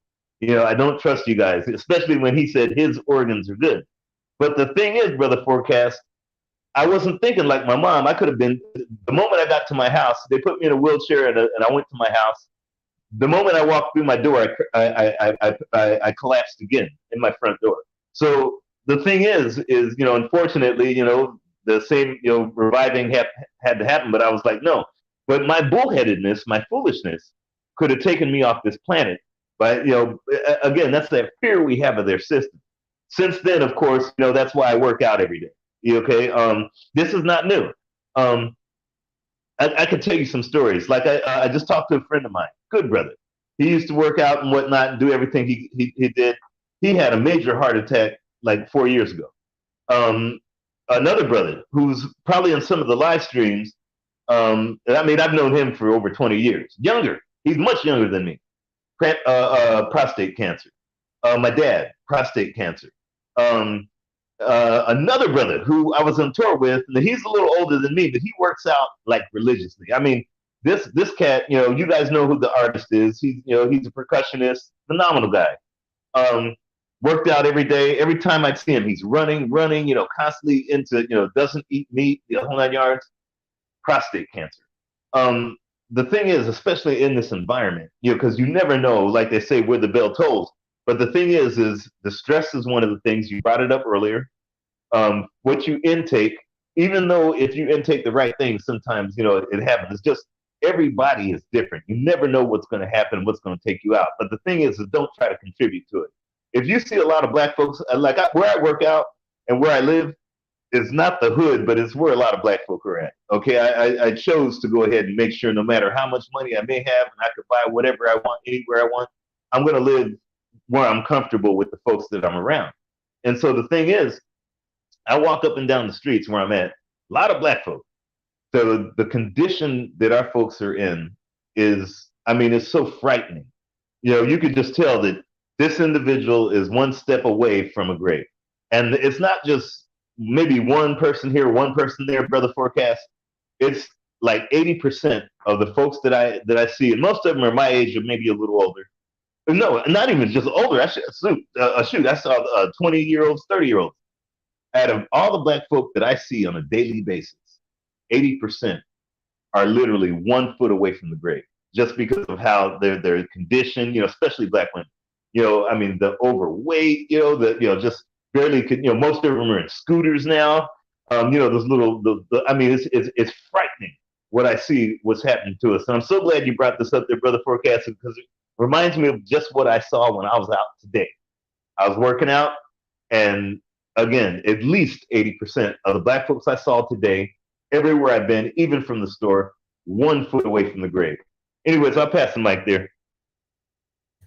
Yeah, MG2, and it's a problem, and as far as brothers, because I would say recently I had to get my blood pressure checked, but if you would have asked me before that, I would have been like, I have no idea. You know what I'm saying? And as a young brother, and I can't even say as a young brother no more. And that's the thing that we have to understand. Like, maybe when you're super young, but that's when you develop the proper habits that you have to have, you know. And I'm not going to say like I'm not going to eat cupcakes no more or whatever it is, you know, like Erica make a cake, I'm going to eat it, you know what I'm saying? Especially the cotton candy cake, like cotton candy and cake, like, but you know, I am going to still like walk and do the things that I have to do and like make sure that I eat healthier instead of like getting, you know, whatever it may be, like pizza or something, you know, or a hamburger or whatever it may be, you know, I'll get something healthy, or instead of potato chips, get fruit. You know what I'm saying? Like it's same price, but you know, different. You know, and I understand that we even live in communities because you got to be careful to where you go get your fruit. All of that plays a factor. Like understanding, like yo, you got to base your schedule off of your work, and then especially a lot of us, especially black men, most of us, because not all of us, but most of us, like, because I'm an average brother, like, it's jobs where, you know what I'm saying, like, either most people is like drivers, or they have jobs where they, in the warehouses, where they literally like stretch you out, like make you do exercises before they put you to work, you know what I'm saying? Like, and this is the issue that we keep coming into. And by the way, MD2, who would have known, like, you know, like the salt is already in everything. Like, I didn't know that, you know. Yeah, it's when I mean they're literally it's not something that was built for us. Their so-called medical environment. There's a guy that I know, and he literally saved my life. Okay, this dude's from Japan, and basically I was on tour with another artist, and we called it the poisoning of Sacramento. This is one of the most famous R&B artists. He's passed, back in early 2000s, but you guys know who he is. He is the best singer that ever, basically in modern times in terms of black artists. Everyone knows him. And we all got poisoned from the bad food poisoning on one of the gigs back in early 2000. And what had happened is, since then, what had happened is all I ate was Doritos and everything else because I didn't want to eat what was in catering because there was no way that caterer, I mean, it was just terrible. That they, literally, there were folks in the hospital. It was so bad. So what happened, Brother Forecast, was I decided for the rest of I think we had like 6 months more of being on the road. Other than my day off where I could go ahead and eat what I, want to eat, I was eating every day at work, basically nothing but packaged food. Okay, because I didn't trust the catering. I had gained I was almost 240 pounds. I'm just, pretty much almost 6 feet. 240 pounds was at least what I was at. I mean, that's how bad it was. This Japanese cat that, he's another musician. He says, look, man, he's also in the medical field and, into like pharmaceuticals and whatnot. He says, look, man, you're not going to make it. He says, you can barely make it upstairs. And so, of course, introduced me into all these different types of, alternative dieting, the whole 9 yards. Well, I had lost basically over 70 pounds of it like it was nothing. Okay. I mean, just by doing, like I was a strict regimen, went out, he showed me all the different ways of working out. So I took it the next level. I started lifting weights, started, getting into heavy cardio, the whole 9 yards. And one thing that he told me, because I mean, this guy is like, he was responsible for approving a lot of drugs that are out in the markets today. I mean, he was that deep, where he was like one step from the FDA, and the FDA would actually, he'd be approving the drugs that the FDA sends to the market. And he told me one thing that was very important. He says, this medical industry is not made for black folks. This dude's Japanese. He's more in terms of how his relationship to Europeans, he's more Nat Turner than most black folks. In other words, he does not like them. And he told me one time, he says, this industry is not made for you guys. They use you guys' bodies to develop the drugs that are there to heal you. He says that most of the things that they do is not necessarily for your benefit. He said, look, man, I got to tell you this. He says that, this whole medical establishment, they use, because of our DNA, they use what they can, because we have the most complete, I guess, sequencing or whatnot. I mean, this dude was very deep into this, geneticist, the whole 9 yards. And he said, yeah, they just don't, they don't look out for you, but they need you in order to go ahead and create the drugs, to make the cures that are out there. And so they had this one thing that was like a cholesterol, high blood pressure drug that they were trying to target specifically for black folks. Okay, and this was like early mid 2000s, and they kept. I mean, I'll never forget this. They were trying to target this thing, and he said, "Look, man, I don't think you should take this. Remember, this dude is there with, basically approving for the FDA." And he says, it's not good. He says, he says, "I don't think that this would be something very beneficial for black folk because I saw how they, fast tracked it in the whole 9 yards." Comes out a couple years later, they had to take it off the market because they knew it was how bad it was. So the thing is I understand why we don't like this so-called system, the so-called medical system. And I'm not saying to tell folks not to do it. If you got your head cut off, you're gonna have to go get somebody to sew it back on. What I'm saying is I understand the fear, but more importantly is to try to start at the source. Okay. And when I say start at the source, like Brother Forecast was saying, I know a lot of folks like them Krispy Kreme, but that's the source of having you to go into these hospitals, these nightmarish Frankenstein, areas they call hospitals because of what we eat. What folks drinking, smoking, not working out, not at least getting up and moving around during the day. At least going out and getting some sun. Go out drink good water. I mean, if we start there, and I'm trying, Brother Forecast, because I'm still a work in progress. If we start there, it'll keep us away from those things called hospitals. I'm not telling folks not to go by any means. I'm just saying try to do what you can to avoid it. So, and especially if you have to go, your body's in a condition to where they're not sticking every little tube inside of you in order to try to, figure something out, because I know too many folks that went in there and did not come out. I mean, the folks that were extremely healthy, good folks. And, my thing is like, try to avoid it at its source if you can, especially when if you're over the age of 50 and you're not working out every day. No, if you're over the age of 40, because I started lifting weights when I was 40. If you're over the age of 40 and you're not working out every single day, if you're drinking and smoking and just hanging out, watching TV or whatever, sports or whatever, living through somebody else that is working out, then not only is it a detriment to you, but it's a detriment to an entire race. Why do I say that? If a war happened, what they call a so-called race war or something like that, and you can't get up and throw some blows and outlast the other guy that's been working out, like these Beckys and these Brads and all these Anglos and these Neanderthals that are working out doing MMA every day, then you're one of the soldiers that is kind of a detriment to everybody else who's fighting. I mean, we talk a lot of stuff. We sit back and we're going to do this, and I listened to some of the early 2000s. The brothers that are up there talking about, yeah, we're going to do this, and we RBGs, and they lecture about this and lecture about building schools and museums and all that. But these brothers, you put them in the ring with a cracker that's been working out, they won't last 2 seconds. And that's not something that we should even be. That's. I mean, it's sad because we're not like that. We're the strongest. We're the most most efficient bodies. African, there's nothing. We're the most complete DNA sequence on this planet. And for us to just let that go because we have too many Krispy Kremes, or we like to watch too many sports, or we like to and not going out and at least walking, that's kind of not only doing yourself a disfavor, but it's doing everybody, your family, your community, and your race a disfavor. I'll go ahead and pass the mic there, Brother Forecast.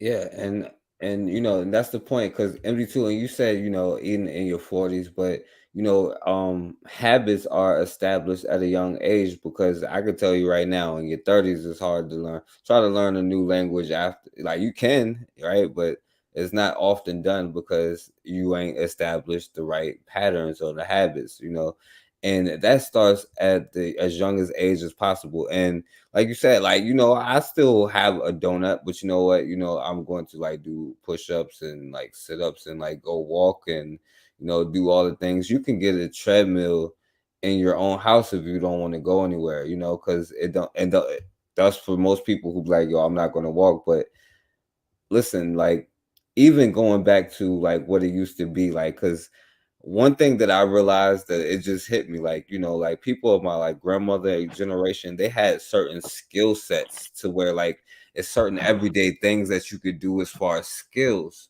Like you could cut a chicken, you could do like you have to be in shape to be on the phone. You have to be in shape to cut grass, you know what I'm saying, in your neighborhood and stuff like that. But I mean, like this nothing compared to being on the land, you know what I'm saying, like with your own farm and like animals and slaughtering the animal and doing all of these things. Like, like you have to like well, getting back to that mindset, like that those skills is something different that also helps with that. And it's like you said, like their medicine is designed to be that way, and yeah, they run tests on you, like, there's like famous like experiments is like, the sister, I forget her name right now, with the that they made fun of, with who's supposed to have the big butt and stuff like that. You know what I'm talking about, you too. Yes. Yeah, they call her Sarah Bartman. Yeah, Sarah Bachman, yeah. That's what they do, and we don't realize that that's what they do. That's what I don't understand after 700 years. Maybe something is going wrong or astray in our education process, or I don't know what the hell is going on, because we got to do people of color, but all of this stuff is causing issues. And like you said, like it's too many, like like people in my family, and I'm pretty sure others family, with diabetes and all kinds of things that's not even natural things, that we didn't have, because there was a time where you were like, we were skinnier, maybe we were hungrier, I don't know, but whatever it was, you were eating the proper things, you were not out of shape, you know what I'm saying? You was not clogging your arteries. And first and foremost, it's that stress that we have to find a way to relieve somehow, you know what I'm saying? Because that does major damage and often causes you to do some of the things that you get depressed and start eating crazy, and you stop exercising. You know how valuable the sun's energy like has healing properties in it, you know what I'm saying? And because they have albedo, they reflect too much of the sun, and the sun part that they get burns their skin. But you letting them control your food, and you letting them control your medicine. Like that's what alchemy, like, like they healing each other, you know what I'm saying? They also learning how to poison their enemy, but that's a whole nother subject, you know what I'm saying? But yeah, it's designed for us to be this way, like, because the weaker we are, how can we fight if we're weak? You can't even concentrate on anything if you have a damn toothache. What do you think about you ain't think about your light bill if you got a toothache, you know what I'm saying? Let alone your liberation, you know what I'm saying? And what you gonna do? You're gonna go to an Arab, you're gonna go to a white dude, I don't care who it is, and you go get them to pull your tooth, you know what I'm saying? And the point to that, because you know what? I like candy and stuff, you know what I'm saying? So the point to that is to practice proper habits before it gets out of control, right? But and discipline, and all of these things go hand in hand, but I don't know, MD2, and I want to show something positive, but I want you to, say what you want to say. But I don't even think the go bag's gonna help. You know what I'm saying? We gonna might have to push the button at this point, my brother. I'm joking. I'm joking. I take that back, yo. I take it back. No, man, I'm always, I got the button next to me. It's not a day I go by going, oh my gosh. Um, I'm glad you brought up the thing about, because I'm just like, my mouth is just starting to go ahead. I could feel my mouth today because I had had to get a root canal redone earlier this afternoon, and so I could finally feel what it was. Unfortunately, as you said, it was an Arab, and why? Because the first root canal that I got done was done. I did it, had a brother do it, and he messed it up bad, and he couldn't fix it again. So unfortunately, in a place that has over 4 million citizens, I could, there's only like maybe 2 black dentists in a town, in a city that has over 4 million residents, um, and that brother was one of them. And I mean, when you said that, because I'm still feeling it just a little bit right now, I'm just like, oh man, I can still feel just a little bit of pain. But the thing is I can only stress, try to do whatever it is. I tell black folk, I beat up on black folk every day. I love it, because it pisses us off, but it makes us better. The thing is I can only stress to us, and I don't know how many are going to listen to this. do whatever you can to try to stay away from the their medical so-called system. I know I'm not saying don't go, because if you got a heart attack, you're not going to go ahead and get, Ray Ray and Pookie to fix you next door. I mean, the thing is do everything you can to stay away. Eat good, walk, sleep. Something that I don't do much of. Sleep. That sleep is so important, especially if you're working out. I mean, my sleep patterns are upside down, and especially because of the stress. I mean, this is not a society that's made for us. We know that. Okay, my thing is don't contribute to making that so-called society kill you. Do everything you can to counteract it. Cook your own food. You're not having to go out to restaurants because you don't know what they put in there. You don't even know what they put in the food that you go in for the supermarket. Do whatever you can to try to avoid all the problems that are down the line. Like eating sugar all the time, drinking, smoking, all that. I beg you, I implore you guys, all black folk, do whatever you can right now to like say, okay, if I know what they're capable of, you never know, you might get in there and you see Bill Gates and Fauci trying to put tubes in you, and whatever it is that you can avoid having that happen, start now. Okay, I can only say I don't care if you can't walk, can't see, or whatever. At least start now so you can avoid the problem. Because once you get there, and it's something you could avoid it, like they said when they were trying to take me in, they said his organs are good. We can take it now. Like I was some kind of cadaver, and they didn't know I was hearing what they were saying. Go ahead, there, brother Forecast. Mike's on you. Yeah, MD2, and I'll tell you this right now. It's 1 o'clock in the morning where I'm at, and sleep is important. You know what I'm saying? But in the society that we set up in, you know what I'm saying, that's where we are today, and and I'm pissed off about that. You know what I'm saying? We should be having this conversation at 1:30, and then 2 o'clock we going, well, after lunch. You know what I'm saying? After we eat, you know what I'm saying, the stuff that we created, that we own, you know what I'm saying, and then we're gonna go home at, you know what I'm saying, at a reasonable hour, just spend with our family to, you know what I'm saying, and pass down healthy habits and traditions, cultures, stuff like that. But no, like, we in a society where you got to get in where you fit in, and I'm tired of it, you know what I'm saying, at the end of the day. But it's hard for us to stand on it because they use, like, money, because we're not going to give up their, like, God forbid I give up an NBA contract to make $54 million instead of like $2 million, but I own the league, you know what I'm saying, which will grow it to like 5 billion or trillion or however much that we want it to be, because it could be whatever you want it to be, like, but that's a whole nother thing, right? Because even our most prime athletes, you know what I'm saying, is who are in those peak conditions are the ones who are going to,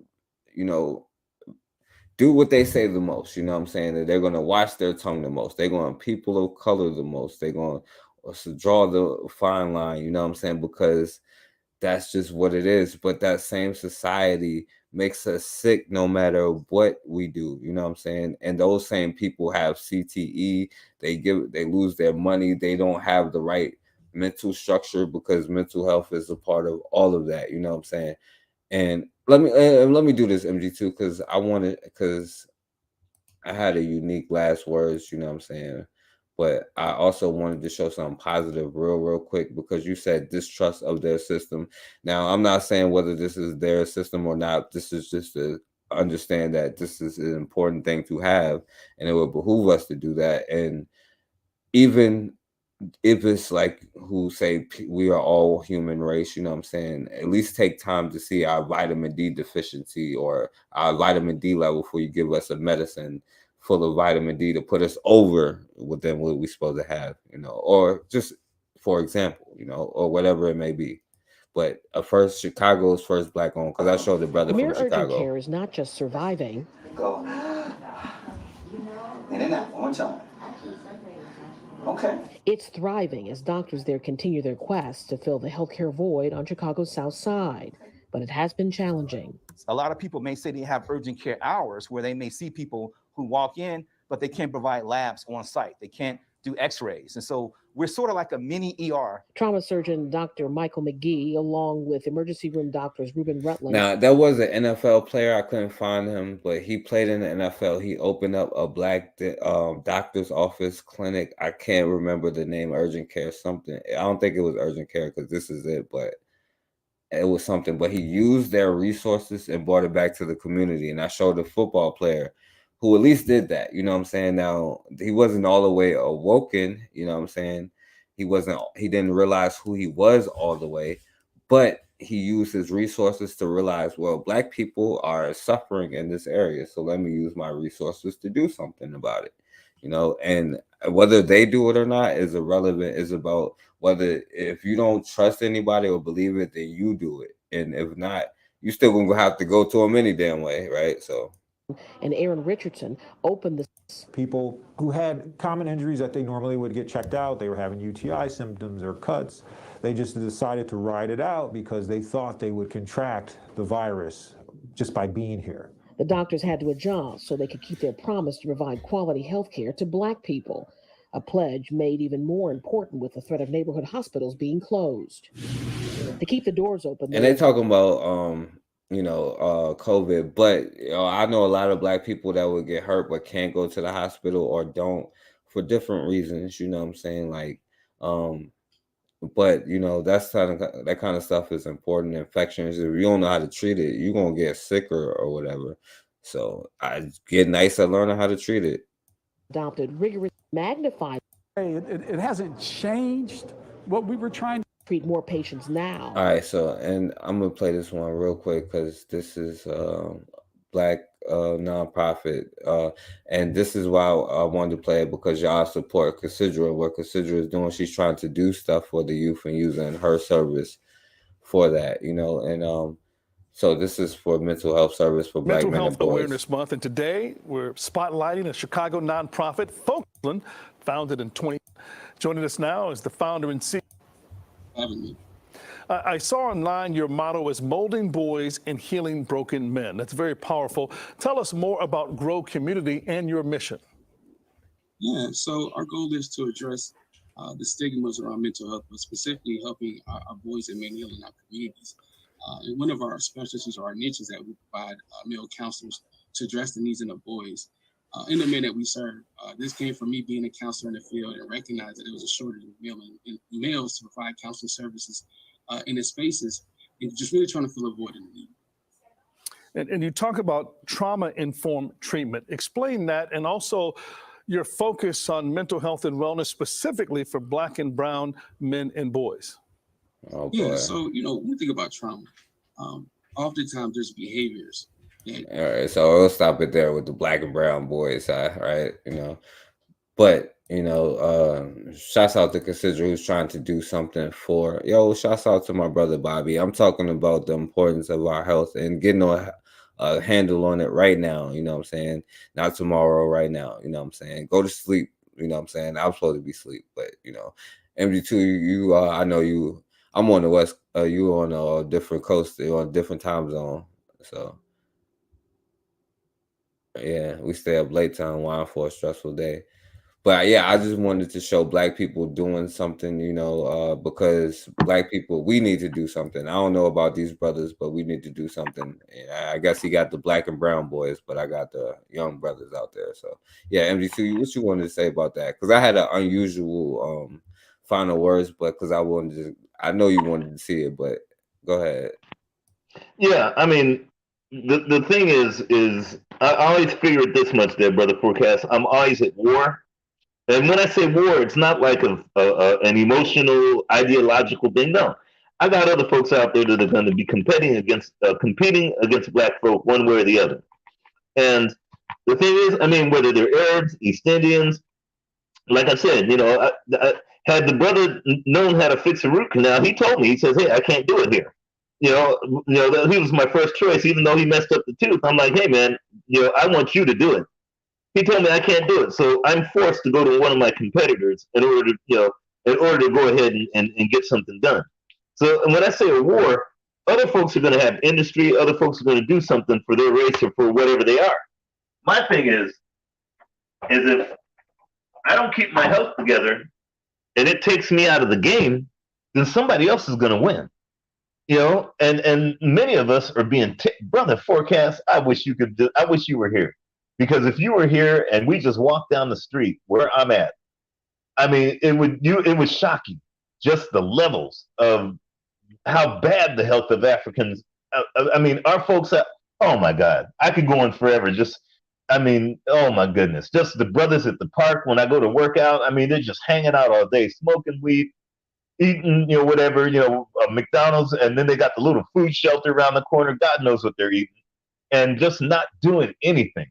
I mean, oh my gosh, I wish I really do. I could just show you like a half hour, just let you walk and just see all the black folk come around, and you'd be like, man, we ain't gonna make it. I mean, if I'm taking out the game and I have something that I want to do to make sure that black folks are going to do okay, if I'm out the game, whatever I can produce is also gone. I mean, I'm scared. I'm working on this algorithm that might save millions of us. If I get taken out the game, well, I know it's going to save millions of us because I know exactly how potent it is. If this thing is not done and I'm taken out the game, that's not just me being taken out the game. I get scared walking out the door, because I'm like, man, if this thing goes, all those folks that could be helped, they're not going to be helped. I mean, it's like, dude, Brother Forecast, a lot of us don't think how important we are to all of us. If something happens to somebody that has the key to something that may work for all of us, and they're not around because of their health, because they got diabetes or heart attack or whatever, it's like, man, Anyways, I'll pass the mic on you, there, Brother Forecast. No, yeah, you're absolutely right, because that's the effect of it. But that's the point, you know what I'm saying? That's what the whole point of the game is, to get you weakened in a state of confusion, you know what I'm saying? Because when you're stressed out, you're not making the right decisions. When you're malnourished, you're not making the right decision. Even drinking water, right? We see the water that we have in our communities and um how I don't want to cuss, so how crazy it is, you know what I'm saying? It's understanding all of that, you know what I mean? And the importance of drinking, like, I know for a long time I was drinking like sodas and not enough water, you know what I'm saying? Like, that messes you up, you know what I'm saying? That causes your body to be, you know what I'm saying, messed up, and oftentimes as black men, we wouldn't even know that unless we have to go to the doctor for some kind of reason, you know? And we look for black, because you talked about all of them people, 4 million people, right? 2 or 3 black dentists. I've been looking for. I found one sister. She was good at what she does, but she's retiring now. And I've been looking for other black dentists, and the most I found is interracial office. You know what I'm saying? And this is what I'm saying. We once we understand, the situation that we in, right? The way that our bodies react differently to different things, right? How they use us for all of these experiments to test drugs we know of, that we know of, right? And the treatment that we get into hospitals, that even if you ask family members, right, they'll tell you how they get treated in the hospitals. Health is the most important of all of the things that you can have, because the wealth that you have, the strength that you have, the knowledge that you have means nothing if you have a damn stroke and can't even talk, you know what I'm saying, and move your damn arm. You understand? And that comes from habits, which it may, like, when you're 20, you make it still play basketball or whatever is iffy, because you start losing it. You start, most people get into start smoking and, you know what I'm saying, drinking and hanging out. I'm not saying there's nothing wrong with it, but you lose the exercise part of it. You know what I'm saying? And even playing a sport, or, like when people say meditation, I just think of, like, where you're not stressed out, you're just in the moment. You can do whatever it is that if you're good at painting, then go paint, read a book or whatever it is. But, like, relieving the stress from your mind, you know what I'm saying, and getting sleep. And if there are more black doctors, then go to them. But if you got to just go to a doctor, then go to them. You know what I'm saying? I don't support going to like an Arab doctor, because, what I'm saying, like, that's just me, you know what I'm saying? But they would call me racist, so I can't, Yo, MG2, like, yo, you want to say something? Because I want you to see something real quick. I don't want to, because I'm good, but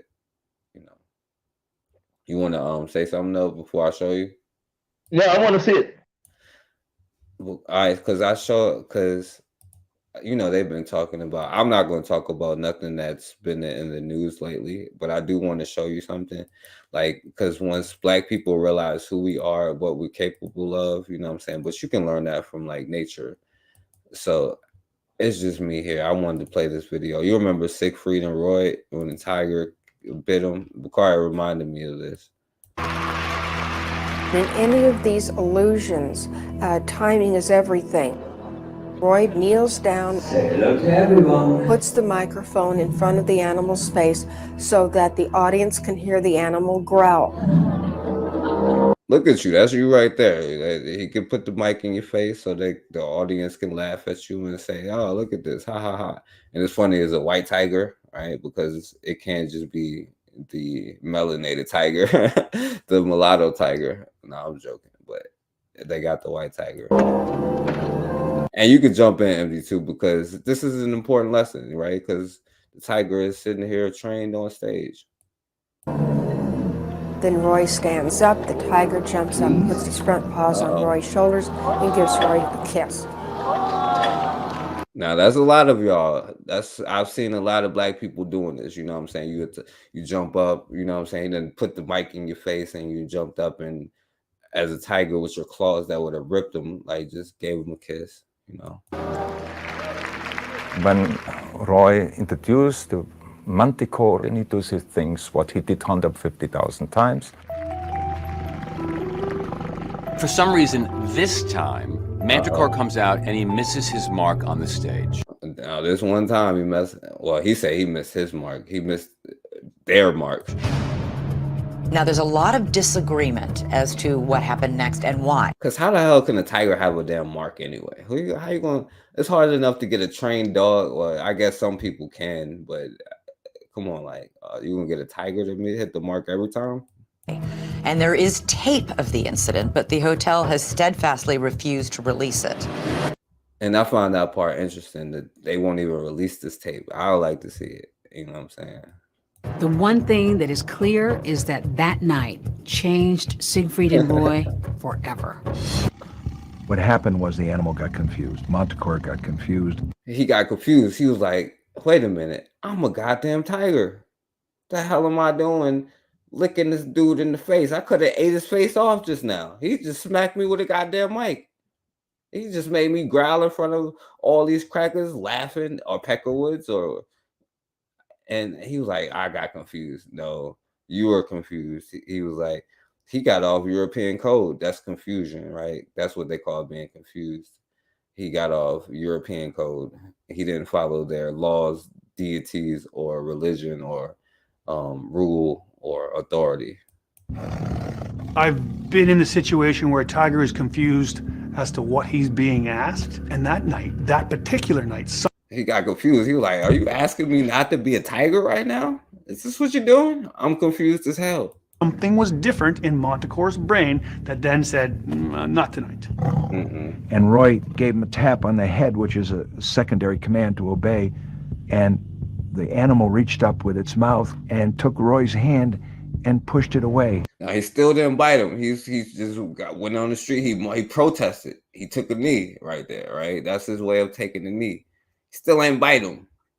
But once he smacked him on the head, the secondary command didn't work, right? He ain't take no knee. The tiger reached around to the right and grabbed his right wrist. I saw that. And I immediately thought that didn't look too good. It kind of nipped at his hand, and he smacked at it.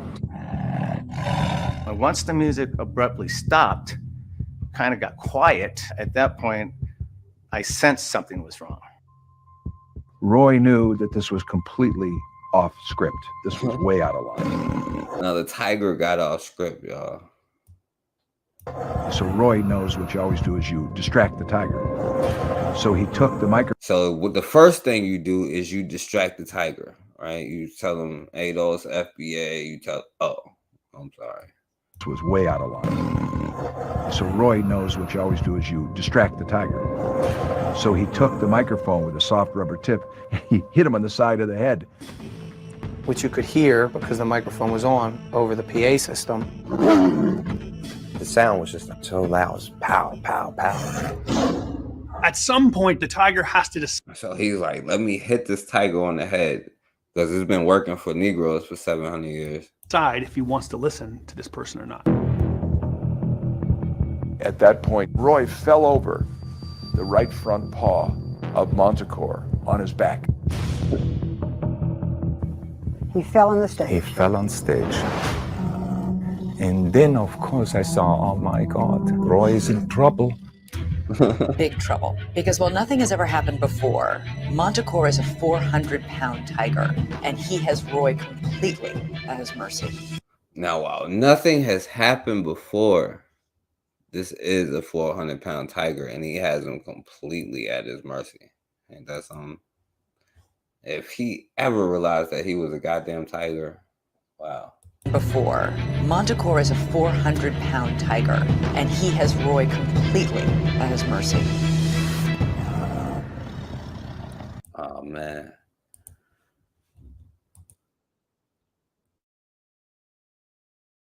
Oh, my bad, MG2. Yo, you there? Yeah, I hear you.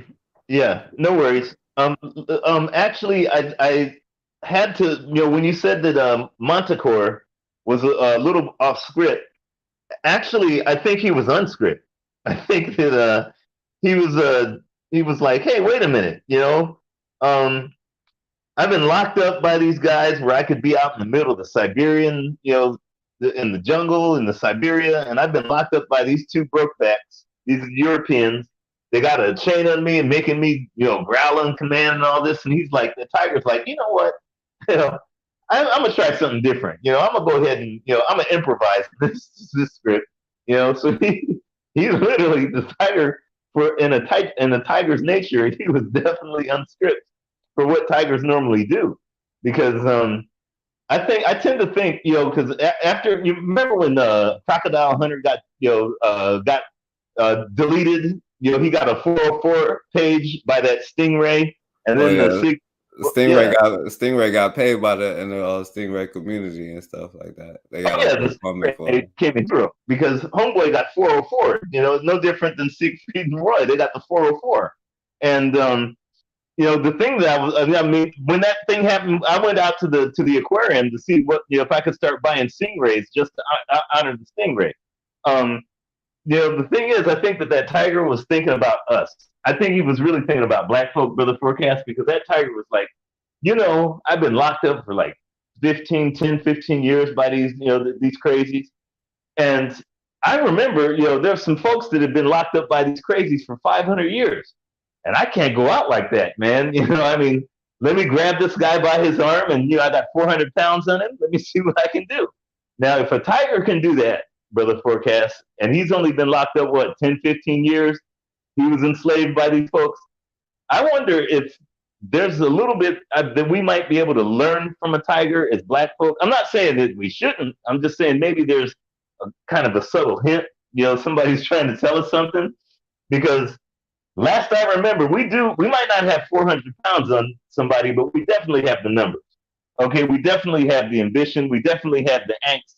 I mean, hey, if it only took 15 years for a tiger to go ahead and revert to its nature, and we're going on 600 for us, I'm gonna go ahead and take that chance. I think we might be able to, pull a Siegfried and Roy. Matter of fact, I might even change my name to Montecore. That's inspiration right there. I'll pass the mic on you, there, Brother Forecast. Yeah, and think about it, MG2. Just 5 minutes before, he was kissing him in the face. He was taking the commands. You know what I'm saying? Like, so those of you out there who are who had to, I'm not degrading anybody or nothing like that. You got to do what you got to do to make a living, right? But if you was like licking them on the face, and because that's what you're doing, you know what I'm saying, when you're out there, and you licking them on the face, like, yeah, yes, sir, master, and. Yeah, that's right, Bobby. That's what Wayne Noble was talking about in his analogy of the saltwater fish that is made to live in fresh water. The saltwater fish becomes confused and forget he's a saltwater fish.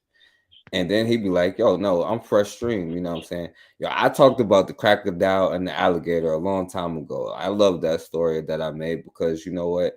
Like someone was like, we the first, the alligators was like, yo, we the first. But the crocodiles was like, no, we was the first. We was the dinosaurs, you know what I'm saying? But they had a snake come in their environment, you know what I'm saying? And someone was like, yo, we need to side with the alligators to get rid of the snake. But some of the alligators was like, no, like, we was the crocodiles think they the best because they was the first. I might have it backwards. I think crocodiles was first, but whatever one came first, they was like, nah. And someone was like, no, we all crocodilians, you know what I'm saying? But then someone was like, what is that other alligator? I forgot the other one. There's a third one, the caimans, you know what I'm saying? Like, what about the caimans? Like, they ain't doing nothing, you know what I'm saying? Why the caimans don't do nothing? But you know what? The snake ended up messing up the whole environment. But the snake turned out to be, guess what? A snake, you know what I'm saying? And then today, the crocodiles and alligators, they are endangered species. And the only place they live together now is in Florida, you know what I'm saying, in a place. And they may have been the dinosaurs, you know what I'm saying, but they're not today. They're an endangered species today. So, but yeah, that's all facts, you know what I'm saying? But, there is the ability to recognize that, you know what I'm saying, you know what, I am a Homo sapien or whatever we have called ourselves before that. But, today we was the Homo sapiens, not the Neanderthals, not the Denisovans, not a mixture of the two. We was the Homo sapiens, you know what I'm saying? And then we would realize, and he'd trip over your foot, and then he'd be at the mercy of, you know what I'm saying, this, you know what I'm saying, overly, because they are the actual minority, you know what I'm saying? But that day, that tiger went from licking them on the face to, you know what I'm saying, remembering, I'm a damn tiger. What the hell is you doing smacking me in the face? You know what I'm saying? But yo, MG2, man, yo, I appreciate you. I want you to like go in though, you know what I'm saying? Because Oh, I appreciate you there, my brother. I just figured, there's a lot to be learned, and especially it goes down to their so-called medical system. It's Einstein, that bagel eater, the small hat, took a statement that Africans have been saying from the day one, that those who forget the past are condemned to insanity is repeating the same thing over and over and expecting different results. And I got to thinking about it. Montecore, that tiger, he broke the script. Okay, he said, wait a minute, I got to revert back to what makes me feel good. So he's like, hey, these folks are, they're doing things to me that I don't, that tigers should not have. In other words, the tiger felt this, and he reverted to what was natural, the things that made him, I tend to think if we as Black folks start to revert to what is natural, like getting back to eating the foods we should eat, getting, the sleep, getting rid of the stress that, this so-called society gets to us, start looking at one another instead of competing against one another, saying, hey, man, I got this. Do you need it? And the other person saying, hey, I got this. There you go. Like you said about the crocodile and the alligator, they're both reptiles and they're both endangered because they didn't know that they were both being slaughtered, that they were both being hunted. They didn't know they were both being on somebody's, purse or somebody's shoes. So the thing is I think. Hey, MG2, and not to cut you off, they was like, we all reptiles, you know what I'm saying? Someone was like, we all reptiles, but they didn't remember they was like all crocodilians, you know what I'm saying? The snake is not a crocodilian. Exactly. They didn't know they were their own species outside of snakes and frogs and turtles and everything else. It was like, I think that when we get back to knowing who we are, if we do, I'm putting a lot of hope that hopefully one way we will, one way or the other, if we start to get back to knowing who we are there, Brother Forecast, we'll be like Montecore and start reverting to what's natural for us and not, like eating Krispy Kremes and then killing us. We got diabetes from here to next week, high blood pressure from here to next week, because we're doing a lot of things that are unnatural. We have the Siegfried and Royds of their medical system on our neck, We got the Siegfried and Roys of their police system on our neck. We got the Siegfried and Roys of their financial system on our neck, education system on our neck. So I'm thinking, maybe it's time for a lot of us to start looking at that tiger as something to learn, to say, wait a minute, he went ahead and went back to his natural state. What will it take for us to get back to our natural state so we're not dealing with these Siegfried and Roys? And if we do have to deal with them, hopefully, Brother Forecast, we'll deal with them the same way that Montecore did. Thanks a lot there, Brother Forecast. I'll go ahead and pass the mic. Hotep to all of y'all. Yo, I appreciate you for coming on here, my brother MG2. And this was definitely an important show, and shouts out to Cassidra who has trying to put together a meeting. If y'all want to be involved, she put her email in the chat. Let me realminthebush@gmail.com, So if you want to be a part, anybody who's trying to help the youth in your area, we trying to just see what we can do instead of just, whatever. We just want to talk about what we can do. So shouts out to her. You can email me too if you want to be a part, but shouts out to Cassidra. Shouts out to everybody that came in here. My brother Bobby, and that's important. That's again, my brother Bobby, that's the importance I'm talking about of us realizing our health is number one. You can't have anything, can't do anything, can't remember anything. If you hurting, then you're not thinking about anything else but trying to relieve the pain, In order to get to where we need to be, we need to limit everything that we do. Yeah, I know, man. And that's the thing I hear about Florida too. They got I just heard about Alligator Way or the highway about alligators or whatever it may be. But I know y'all got them everywhere. But y'all wilding out with that one. Yeah, I'm good on that. But y'all be eating gator down there too. But no, I appreciate y'all for coming through, you know what I'm saying? And you know what? I'm gonna let the dude Neil deGrasse Tyson have the last words, surprisingly, right? Because he's gonna break it down science. He's gonna break it down what's the word? Alchemy in an alchemist way, you know what I'm saying?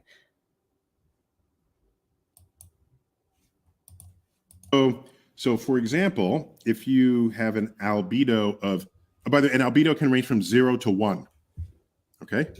So to think of it as a percentage. So 0% to 100%. So an albedo of 0.5, that means half the light that hits it gets reflected. Gotcha.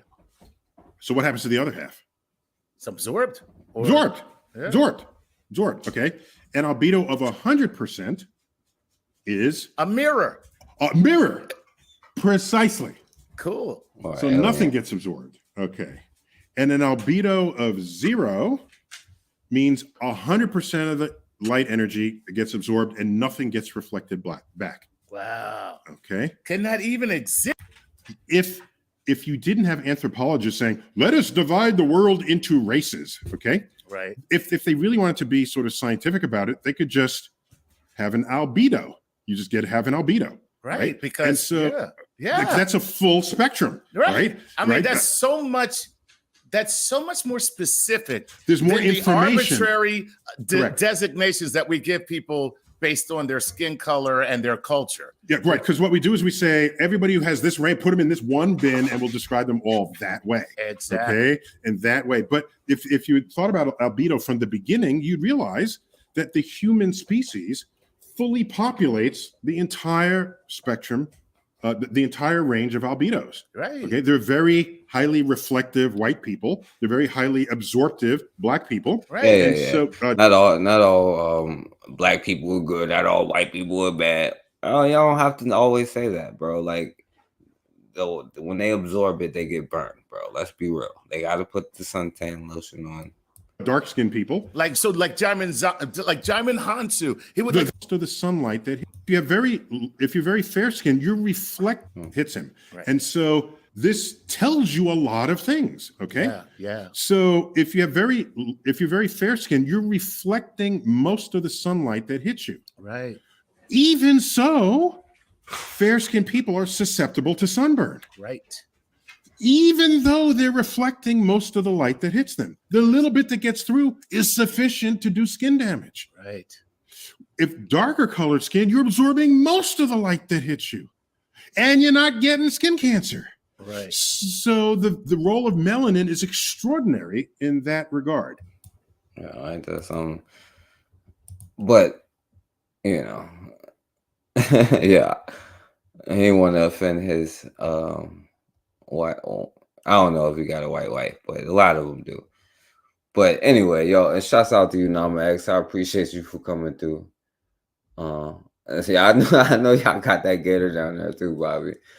I ain't never had no gator before, my brother.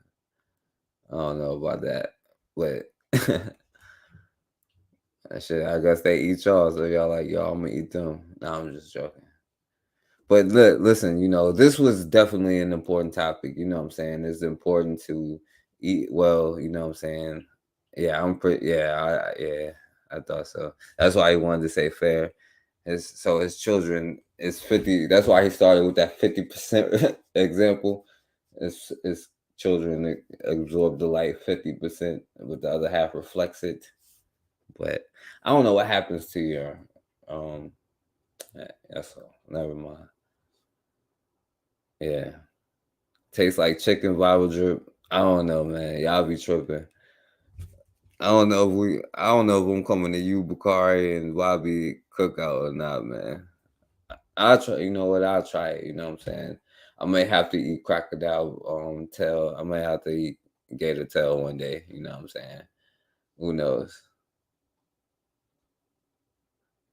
Yeah, I'm sure he would. But he just gave you the details, you know what I'm saying? Like, even if they be like, oh, well, the albinoidism, you know what I'm saying?